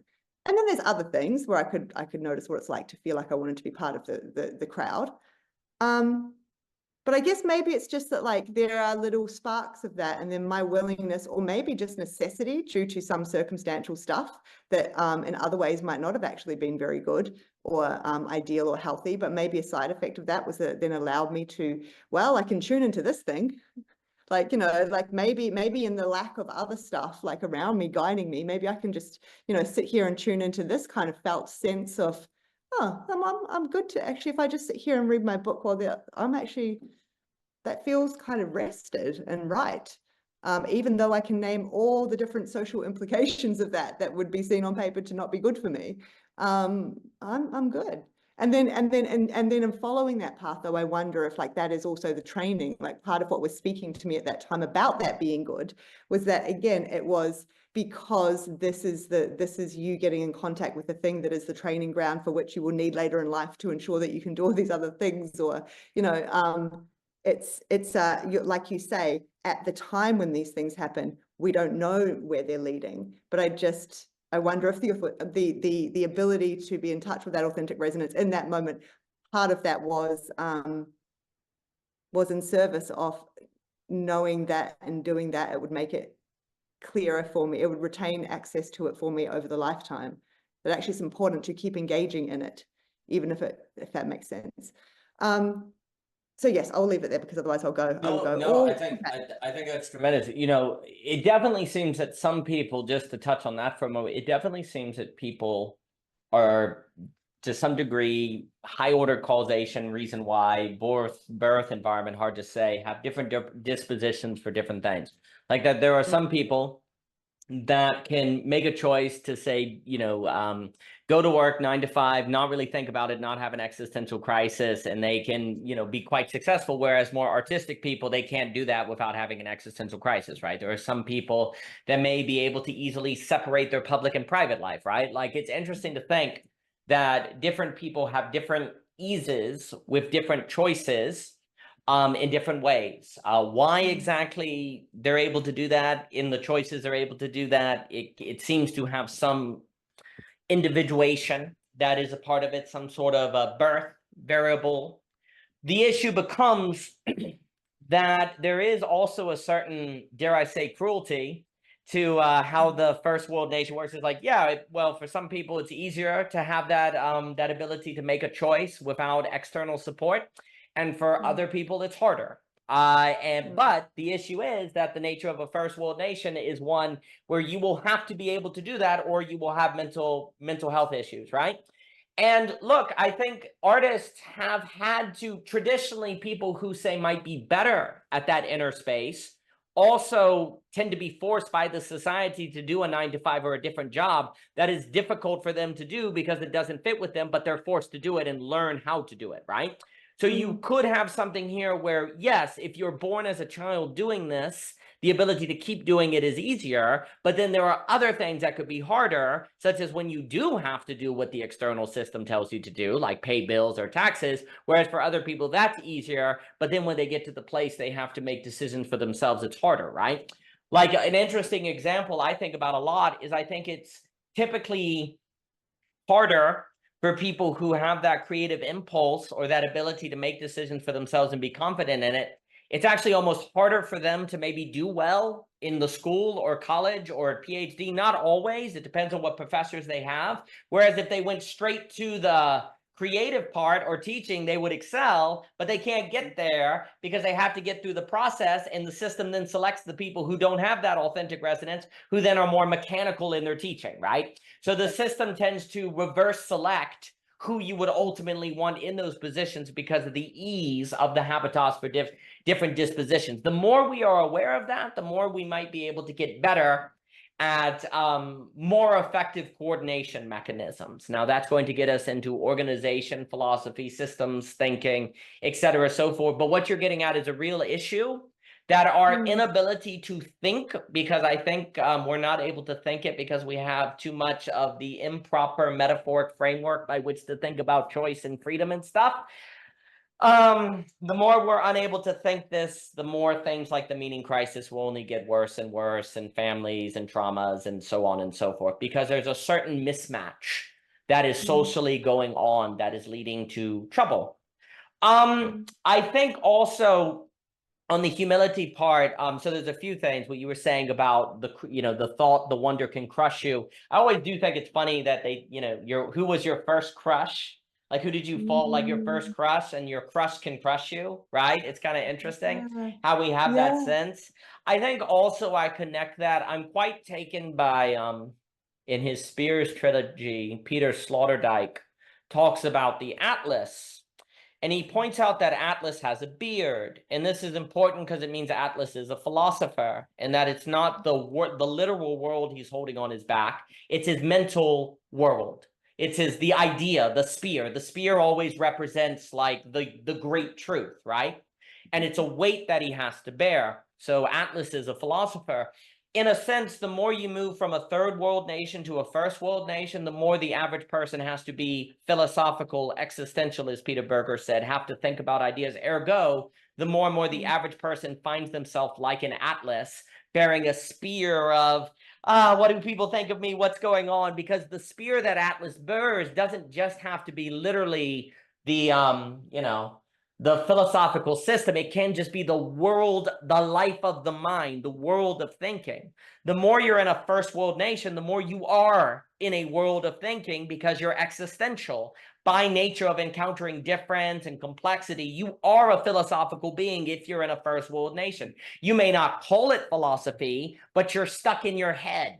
Everyone is stuck in their head. That's Atlas. That's what Atlas represents. He represents bearing what the world in your head, right? And so that's important. And so then there's a certain bearing you have to do, right? Well, bearing needs strength, bearing needs confidence, but then where does humility fit in? Because humility seems important, right? Well, Faulkner, to go back to that example, because he's like my favorite, and Faulkner, there is a humility in the vision of Caddy. Like, artists all the time say, I failed. I failed to capture the vision of Faulkner. Faulkner, you wrote the greatest, like arguably the greatest novel of the 20th century, but I failed. It wasn't right. So there's this weird humility in the artist. of this, I never got it right. It's never it. And yet it's simultaneously a they wouldn't have written it if they didn't have the confidence that they could have done it. So you had to have had the confidence to do it, all while knowing you're failing as you do it. And that's really weird. But that's the mixture that you see, this mixture of confidence and humility in the artist, right? I think the way to think it, and Peter over at the Stoa wrote about this a few months ago. He talked, it's very hard to think about humility and pride because it's like, oh, you have pride, right? Confidence. There's another classic virtue that we've lost called magnanimity, the magnanimous, right? Magnanimity is the love and cherishing of higher and lofty things. Like, and it's actually a virtue because it's kind of a vice to love bad. Like if you like, oh, I love mediocre food. There's a way in which that's kind of a vice. Now, you shouldn't be picky, meaning you refuse to eat anything but fine food. But the inability to tell the difference between great and bad is actually evidence of a deformed soul. Like if you cannot love the great or seek the great, there's a problem. But the reason why there's a pathology. Magnanimity, though, is very interesting because it actually does entail a kind of fundamental humility in it. Because the great thing that you love isn't you. It's beyond you. All you can do is develop a love of the great thing. So your job is to be confident in your capacity to love a greatness that isn't you. A great man is the one who can love greatness. But notice that it's very interesting because the great man isn't the greatness. The great man loves the greatness of which is never his. Likewise, Faulkner is great because he loves a caddy that's gone. He's one of the greatest writers ever because he's failing. So so basically, in order to, I think, gain authentic resonance, what we have to think is something like magnanimity. Like we have to think about this working to love the great, which means we love something beyond ourselves that we discern as great, that we dedicate our life to being able to encounter and fully meet, knowing we won't. And that's also the power of beauty, right? Beauty is this thing that you're like, I love the beautiful, knowing I'll never capture it, and yet I'll try. That's magnanimity. Pride is when you say, I can get the beautiful. I can be beautiful. That's pride. Magnanimity is when you say, I love the beautiful, and it's there, right? And so, because there's always been this tension in the West on, oh, don't you have pride in your art? Don't you have pride in your family? And you get confused because you're like, but that's a sin. I'm not supposed to have pride. No. Don't you have magnanimity? Don't you love the greatness of love? Don't you love beauty, right? So often, if we make a distinction between pride and the magnanimous, the magnanimity, then we can see how humility is part of this picture while working hard to be confident in the capacity to relate to the great thing. And I definitely think so much of many people's confusions, or dare I say mental health problems, are a result of kind of lacking proper framings, right? It feels like you have to choose between pride and humility. So then you end up either talking about how terrible you are or talking about how great you are, and neither of them work. And then you don't have, here's the key, you don't have an understanding of self, of which would need to be as a prerequisite to even begin the conversation of choice. Because if you don't even know what you are, how can you talk about what you should feel as you choose? And if you understand that what you are is a being that needs to love the beautiful per se, love the great in magnanimity, which entails a humility of knowing you will never be that thing, then you will always make a good choice is one that never fully captures the thing you're choosing. A good choice is incomplete. That's why it's beautiful. And you come to expect that. You come to expect the weight, like Atlas, the anxiety of what you are doing, but that's precisely a sign that you have the strength to bear it. And if you bear it well, last time I look, Atlas is pretty divine, and there's a magnanimity that is part of that. And so I think when we think about, I want to prepare for the magnanimous, that sounds, oh, so you're prideful, you never want to make mistakes. No. I want to be a magnanimous person, magnanimity, which means I'm going to be prepared for the encounter of a greatness That by encountering means I'm not great because that thing I'm encountering is great. Therefore, there's a humility. But if I'm not prepared for that thing, it will destroy me. I may envy it. I might be overwhelmed for it. So I want to be prepared for it so that I can experience it. And in that experience, know what the beautiful is that gives me a feedback loop to be more confident to keep doing it. Oh, and by the way, when you're magnanimous and have the resulting shine, you're a gift to the people around you. Because then they're inspired by you. They've seen a way of life. You've given them a model. So much of classical thought is how do you model better ways of living? Because if I tell you, hey, live a good life, well, frick, what does that mean? But if there's a model of shine, if there's a model of these things, there's a gift in the model, right? And it is an effective model as gift because you're not thinking about yourself. You become an effective model precisely because you've entered a certain self-forgetfulness in the magnanimity of the greatness that you are lost in, and you're showing everyone how to be a mirror, basically, of how to shine with the beauty. But the mirror is reflecting and glorious, not because it's talking about how bad of a mirror it is, thus cracking itself or turning down because it can't stand the sight. It's trying to reflect and shine in magnanimity to everyone around, which thus creates the inspiration of a dance.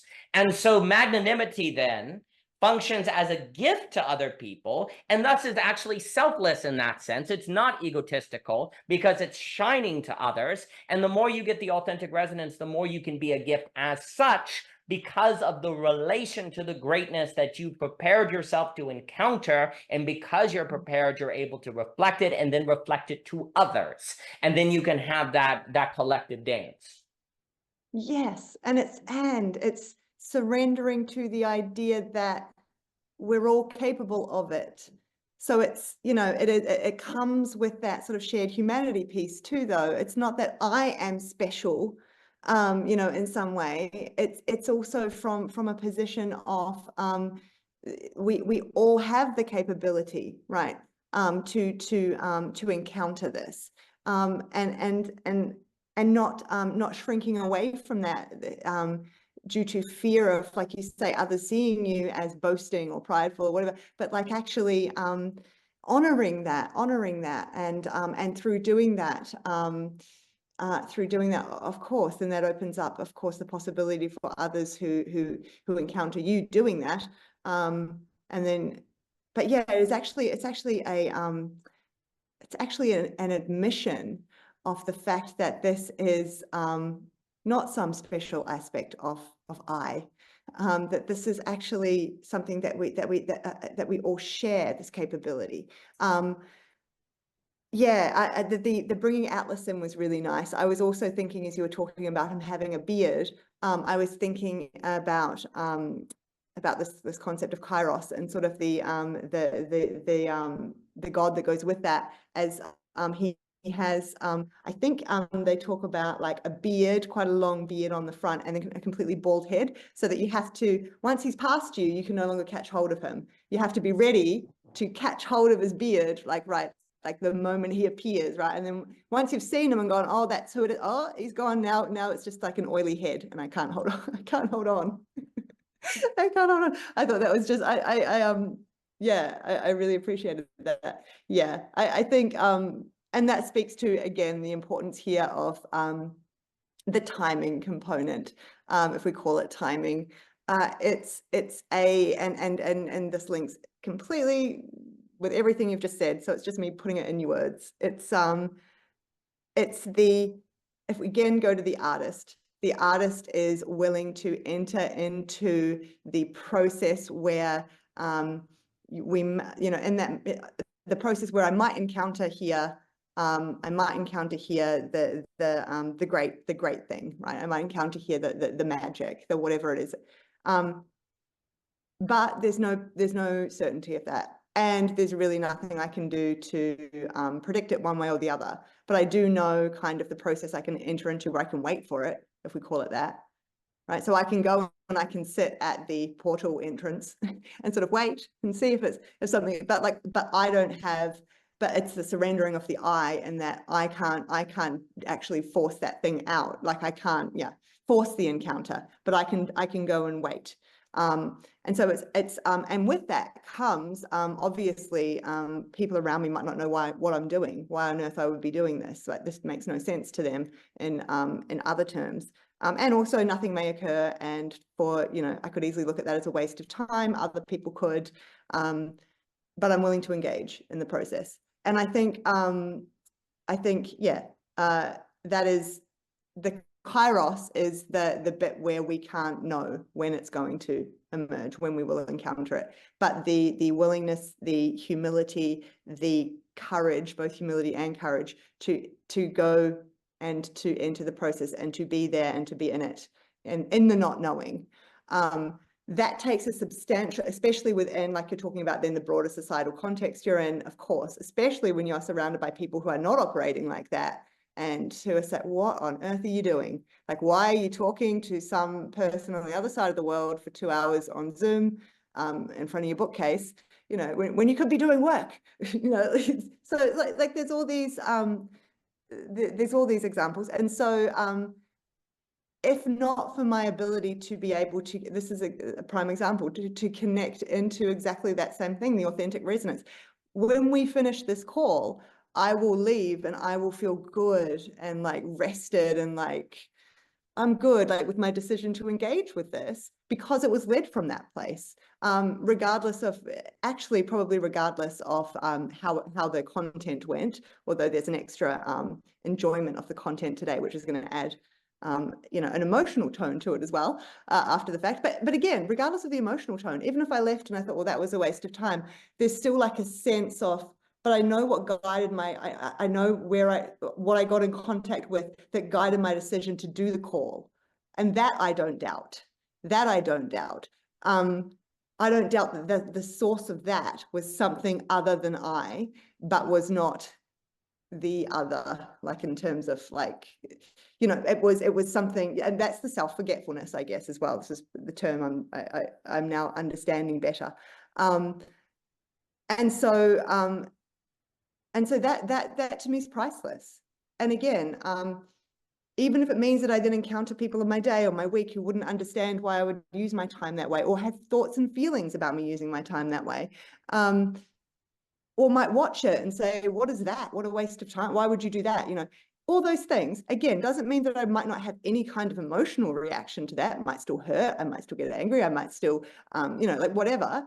But it doesn't matter in terms, I don't then go into a place of like regret, oh, I shouldn't do those things. And am I making terrible decisions? And like, I actually don't. I don't question it, because the source from which I drew the inspiration to engage in this, I trust.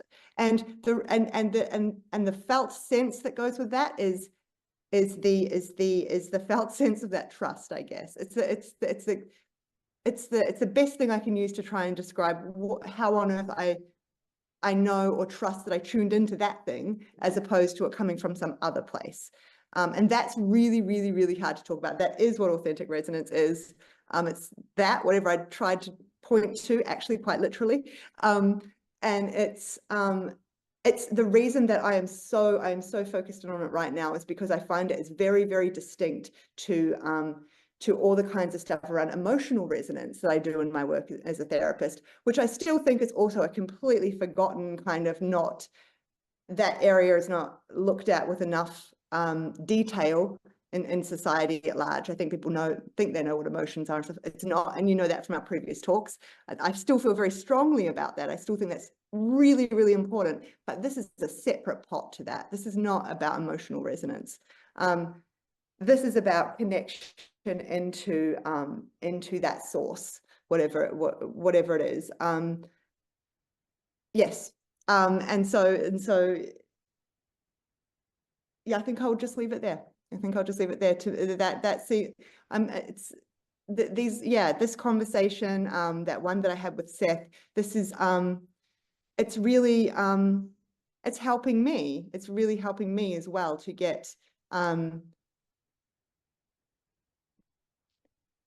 don't know, what is it, well, it's to put words to something, but it's also helping me to somehow find my voice more clearly. And I guess that's just the illustration of exactly what we're talking about. Again, I am now just like, whatever, I'm going to say some stuff and I can be fumbling around and people will think what they think, much more so than when you're new to doing this sort of thing. And it's like, oh, I was trying to describe something, And now I listen back and it's like, what choice of words? Like there's not that. That's really starting to fall away. And so even in this conversation, it's here and it's alive. And that's actually that's what I love about this, though. That's what I love about these conversations, and something I just can't describe to other people who say, what on earth are you doing? This is the training in the, but that this is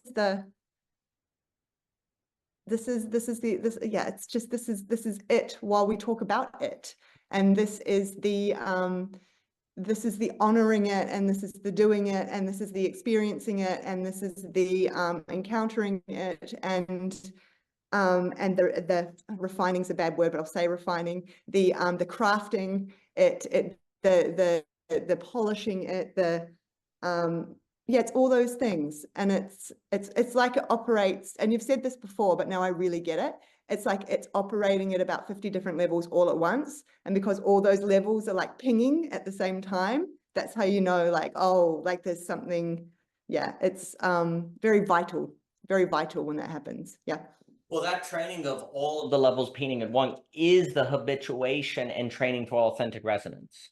Like that is the training of it. And the more you do that and get used to it, the more that you can then, well, rest in it. And even kind of in a sense, summon it because you're used to it, right? Like precisely because you don't have, like the soccer player on that example, they don't have to summon blocking the ball. They train it to the point where it just happens. They just find themselves doing it. That's why that language of rest shows up, right? That language of being moved, right? Because you've done it to the place where then it works. It just moves then because as the soccer player, the goalie has trained so much that then they can block the ball without thinking. They made a lot of choices, a lot of free choices to do things like, why are you staying after school so long, to get to the place where I can do something without thinking about it.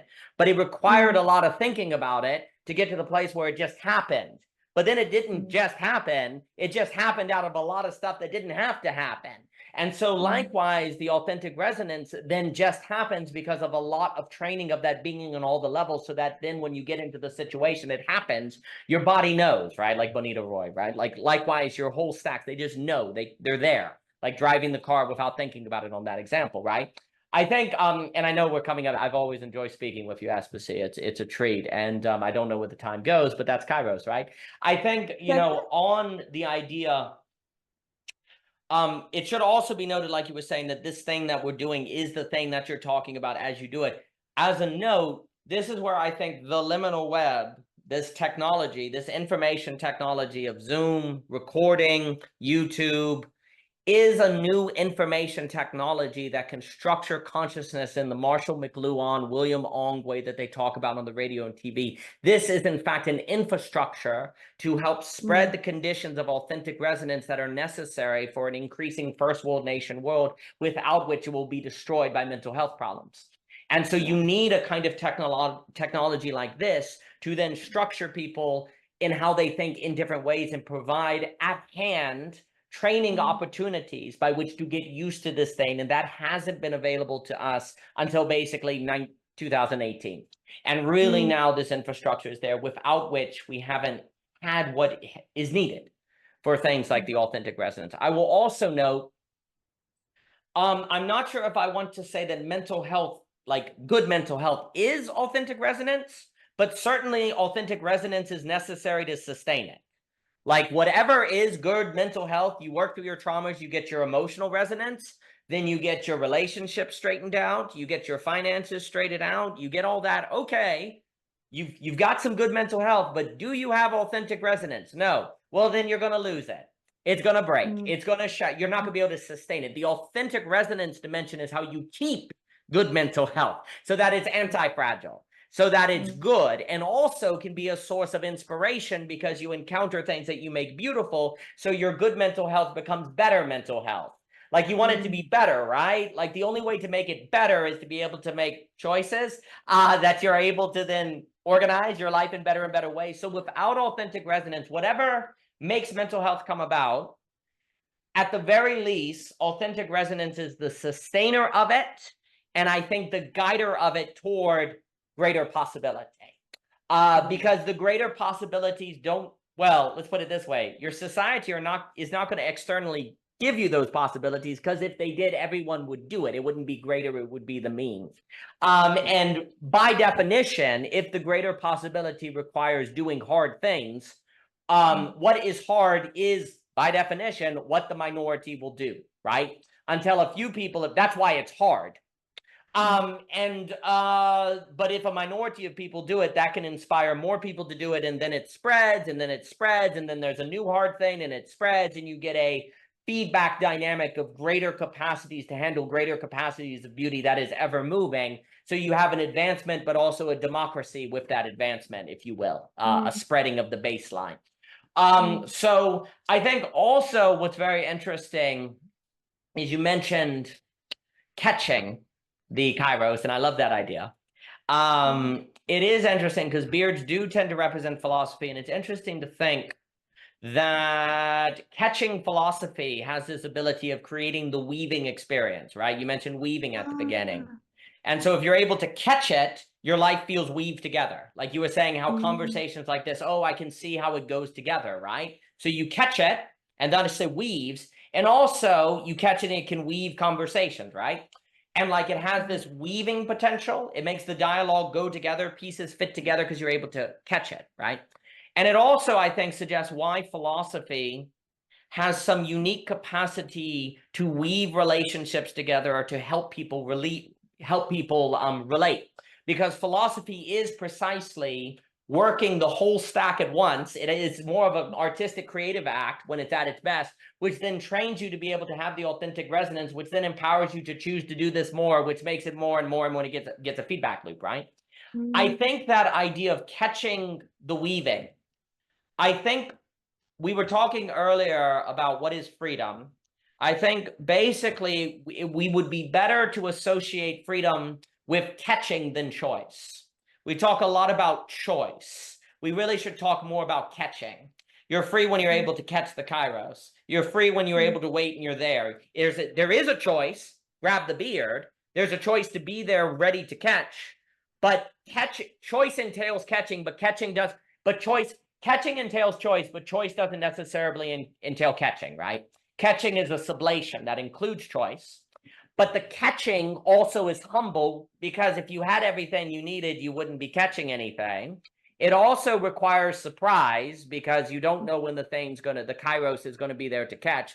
Timing, action, belief, faith, magnanimity, everything is there in the sitting, waiting in front of the portal, right? We talked last time as well on how where thinking without anything non-rational becomes auto-cannibalistic, right? It eats itself. Basically, non-rationality is necessary for sitting in front of the portal or choosing to be here, right? Well, the moment you do that, that's a choice now where you're not going to be auto-cannibalistic because you're not in autonomous rationality. So that right there is a great step in the right direction. And in that non-rational choice that saves you, not only does it save you from auto-cannibalism, it also puts you in the position to catch kairos, which is then what weaves your life together. The ability to catch philosophy weaves your life. If your life isn't weaved, it's fragmented. And when it's fragmented, it feels mentally unhealthy. So you need the weaving to feel mentally healthy. You need the weaving to keep your mental health together and versus losing it. And if you are in the possession to catch it and you feel weaved, here's the key. When you feel weaved together, you feel what? Free. And you found freedom in the catching, which then created a determination. You know, it created you feeling like, yes, I get to the place where I can catch without thinking about it. I'm able to be free without thinking about it. That's an ultimate skill. That's an ultimate capacity that you're working with, where you get to the place that no matter how quickly kairos comes out of that portal, bam, I got him. I'm like the goalie. I don't even have to think about it. I've got it. And that creates a confidence that isn't a pride, but a magnanimity, because it is a loving of the catching of that which you will never be. That, yes, everyone's like, you're crazy. Why are you doing that? But you know, the beautiful thing, if everyone thinks you're crazy, well, that means you're kind of irreducible to the social order, right? Alienation means you're an alien, so you're irreducible. So if everyone thinks you're crazy, that means you're a person. You stand out. There's some good to that. And in standing out and everyone thinking you're crazy, that can be like all of the models in history where Thomas More, you're nuts, like all these different people. But that's precisely that standing out without engaging in pride is necessary to inspire others to live different lives that also loves the magnanimous, that can weave them as well. But how do you stand out without being prideful? It seems almost like if you stand out, you're going to be prideful, right? There's only one way. By having your eyes on something greater than you, and you're standing out because you're standing where you can catch the kairos, and you can't catch it where everyone else is standing. So you're standing out to be in a position to catch, not because you want to stand out and be seen. You're standing out without thinking about it. You're self-forgetful. You're not thinking about where you're standing. You're thinking about catching kairos, and it just happens to be you have to stand out to do that, but you're not thinking about yourself. You're positioning and conditioning yourself in a non-rational way so that you can catch kairos, and in so doing, weave your life together, and then in that weaving show a model to other people for how they can be weaved. And there's a shine and beauty in that. That is the movement of all things together in this manner that particularizes and creates dance. And so I think freedom is found in the catch. Yes, and also with that, the confidence of this weaving, the confidence that your confidence that there is an I, like the integrated, like that. So what I mean by that is we're talking about mental health now and fragmentation, and actually there needs to to have an experience of a cohesive I, right. There needs to, we have to be able to weave together various streams that are coming in at all times, various streams of experience, sensation, like all these things, in such a way, and integrate them in such a way that we can hold on to the idea that there actually is some kind of I here, right? That we don't just dissolve into and become fragmented. So in terms of good mental health, the idea that the weaving also occurs in terms of all the stream of information that's coming on what I'm experiencing right now, that I can be clear that there's an I here, right? That comes from a weaving. And therefore that is also what then allows me to trust that there's an I to catch, right? So there's kind of both things, right? Because then you can't catch anything if you're not even sure what your bounds are, or can't get the language right, Daniel, but the need to have some clarity around what the I that is then able to catch the thing that is outside of it itself. Maybe it's like a differentiation piece or something, but that's also important. I am gonna have to tie up soon, but one other thing I do want to get in there, and I'd love to hear your thoughts on that, or what I'm about to say, is around oh gosh, now I've lost it. So the catching.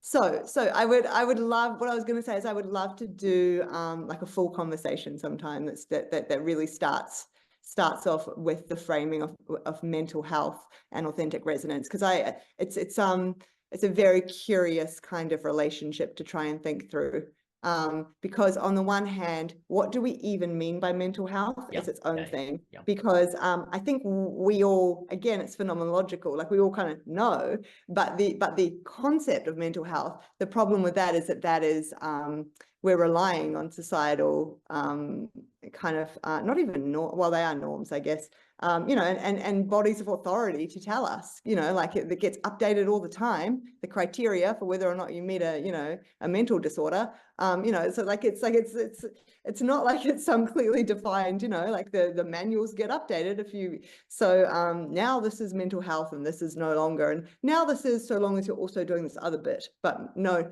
not 4 behaviors, 5 behaviors mean it's a mental illness, it's like, it's very, so like even trying to define mental health is important, and then how authentic resonance links into that. And I guess the first place that my mind goes is that maybe authentic resonance is actually, oh, but that's tricky, that's not good. I was going to say maybe that is kind of a clearer indication for ourselves of our mental health, but then in saying that, I think there are sorts of ways that people could get deluded into believing that what they're experiencing is authentic resonance. You do need some kind of there's trust is so important here, like, and the role of relationship, and just and I guess it's humility. there's so much importance in just in having trust in some other person, in some like ground of a relationship, which is a place where you can actually come to better understand maybe some of the ways that you are being, that you're self-deluded, or some of the errors in your thinking, and some of the errors in yeah, I guess in your thinking is a good place to start. The relationship is so important to that, so you can't get rid of that. Anyway, as I said, it's definitely a conversation for another time, but I think that's really, really interesting. I did want to, something that has just remained on my mind since you've said it, and I just really want to get it in, even though it's slightly ridiculous, but maybe it's coming from the source. When you I really want to make a t-shirt with a phrase that you used that was, "I love mediocre food." I thought that's beautiful. I love that. That's like a really mediocre t-shirt. Like, it's just, I love mediocre food. I don't know why that's on my mind at the end of such a powerful conversation. But there it is. Maybe that's the $1 billion idea. See, that's just emerged. That's right. That just came, and people will be like, wow, me too, John. Quick, merch. Me too. Merch. All the merch.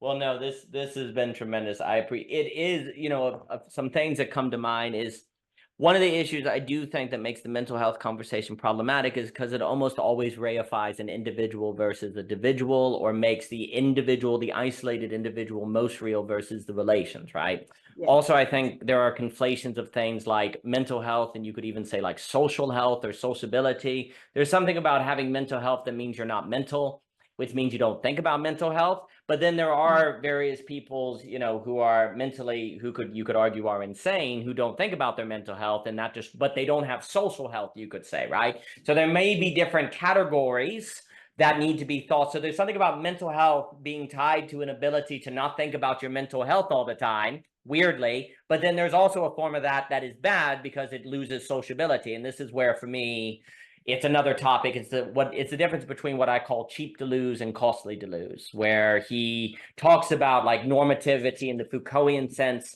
But yes, you can have what's the difference between neurodivergence and a form of neurodivergence that is not sociable, right? So there's something there that has to be put together, and we'll have to talk again. It's odd because the soccer player who blocks the goalie who blocks the ball without thinking about it seems most themselves precisely when they're not thinking about themselves. The I appears precisely when the I is not thought, because oddly, the act of thinking breaks a thing. When Descartes says, "I think, therefore I am," that's actually in a weird way the moment when he's not. Because the I is the thing you live through, that if you're thinking about, it's gone. I think, therefore the I isn't. And, hopefully I think and I am are the same phrase. And the thinking is more like the thinking that the goalie does, which is the thinking of a body that has been so well trained by thought it can act without thinking about it, right? There are different kinds of thinking. Like, there's always that experiment that shows the thumb moves before you think about it, the Levitt experiment. Yeah. That only disproves free will if you're not your body. If your body actually is you as well, then a part of you is able to move before your awareness moves, which actually I would argue your thumb's able to move without you thinking about it because of all the awareness work you did moving your thumb to the point. You had to think about moving your thumb when you were a kid, which got you to the place where you could move it without thinking about it, right?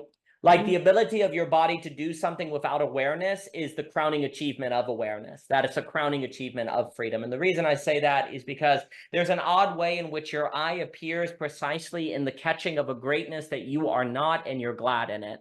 Like, when you're able to catch this thing that weaves you and you're not thinking about yourself, that's precisely when yourself is weaved in the acknowledgement of something greater than you that you're glad is greater than you. And that's when you're there. Because you're not thinking about you being there, you've forgotten yourself. And in forgetting yourself, you find a gratitude and a beauty that your I has weaved together. That's a testament to it being there precisely in its humility, of a magnanimity, of a gratitude of the thing that it is called, that is weaved it into being as a glimmer of that weaving. that is not reducible to you and yet is thanks to you. Like Faulkner writing The Sound and the Fury, like those moments of authentic resonance where thanks to you, you are able to do something that is not reducible to you, and it's precisely possible because you're not thinking about yourself. You're just thinking about the catch. And because you were prepared for the catch, because you did the work for the catch that resulted in the non-rational things of sitting in front of the portal while people thought you were crazy, you were able to do that and weave things together that otherwise couldn't have been weaved together. So I'm glad we were able to play this game of catch. It's been a delight, Aspasia. Thank you for your time. I've enjoyed it. It has very much. I've enjoyed sitting in front of the portal with you. Yes, ma'am. I have as well. Thank you, Aspasia. It's been a treat. Thank you.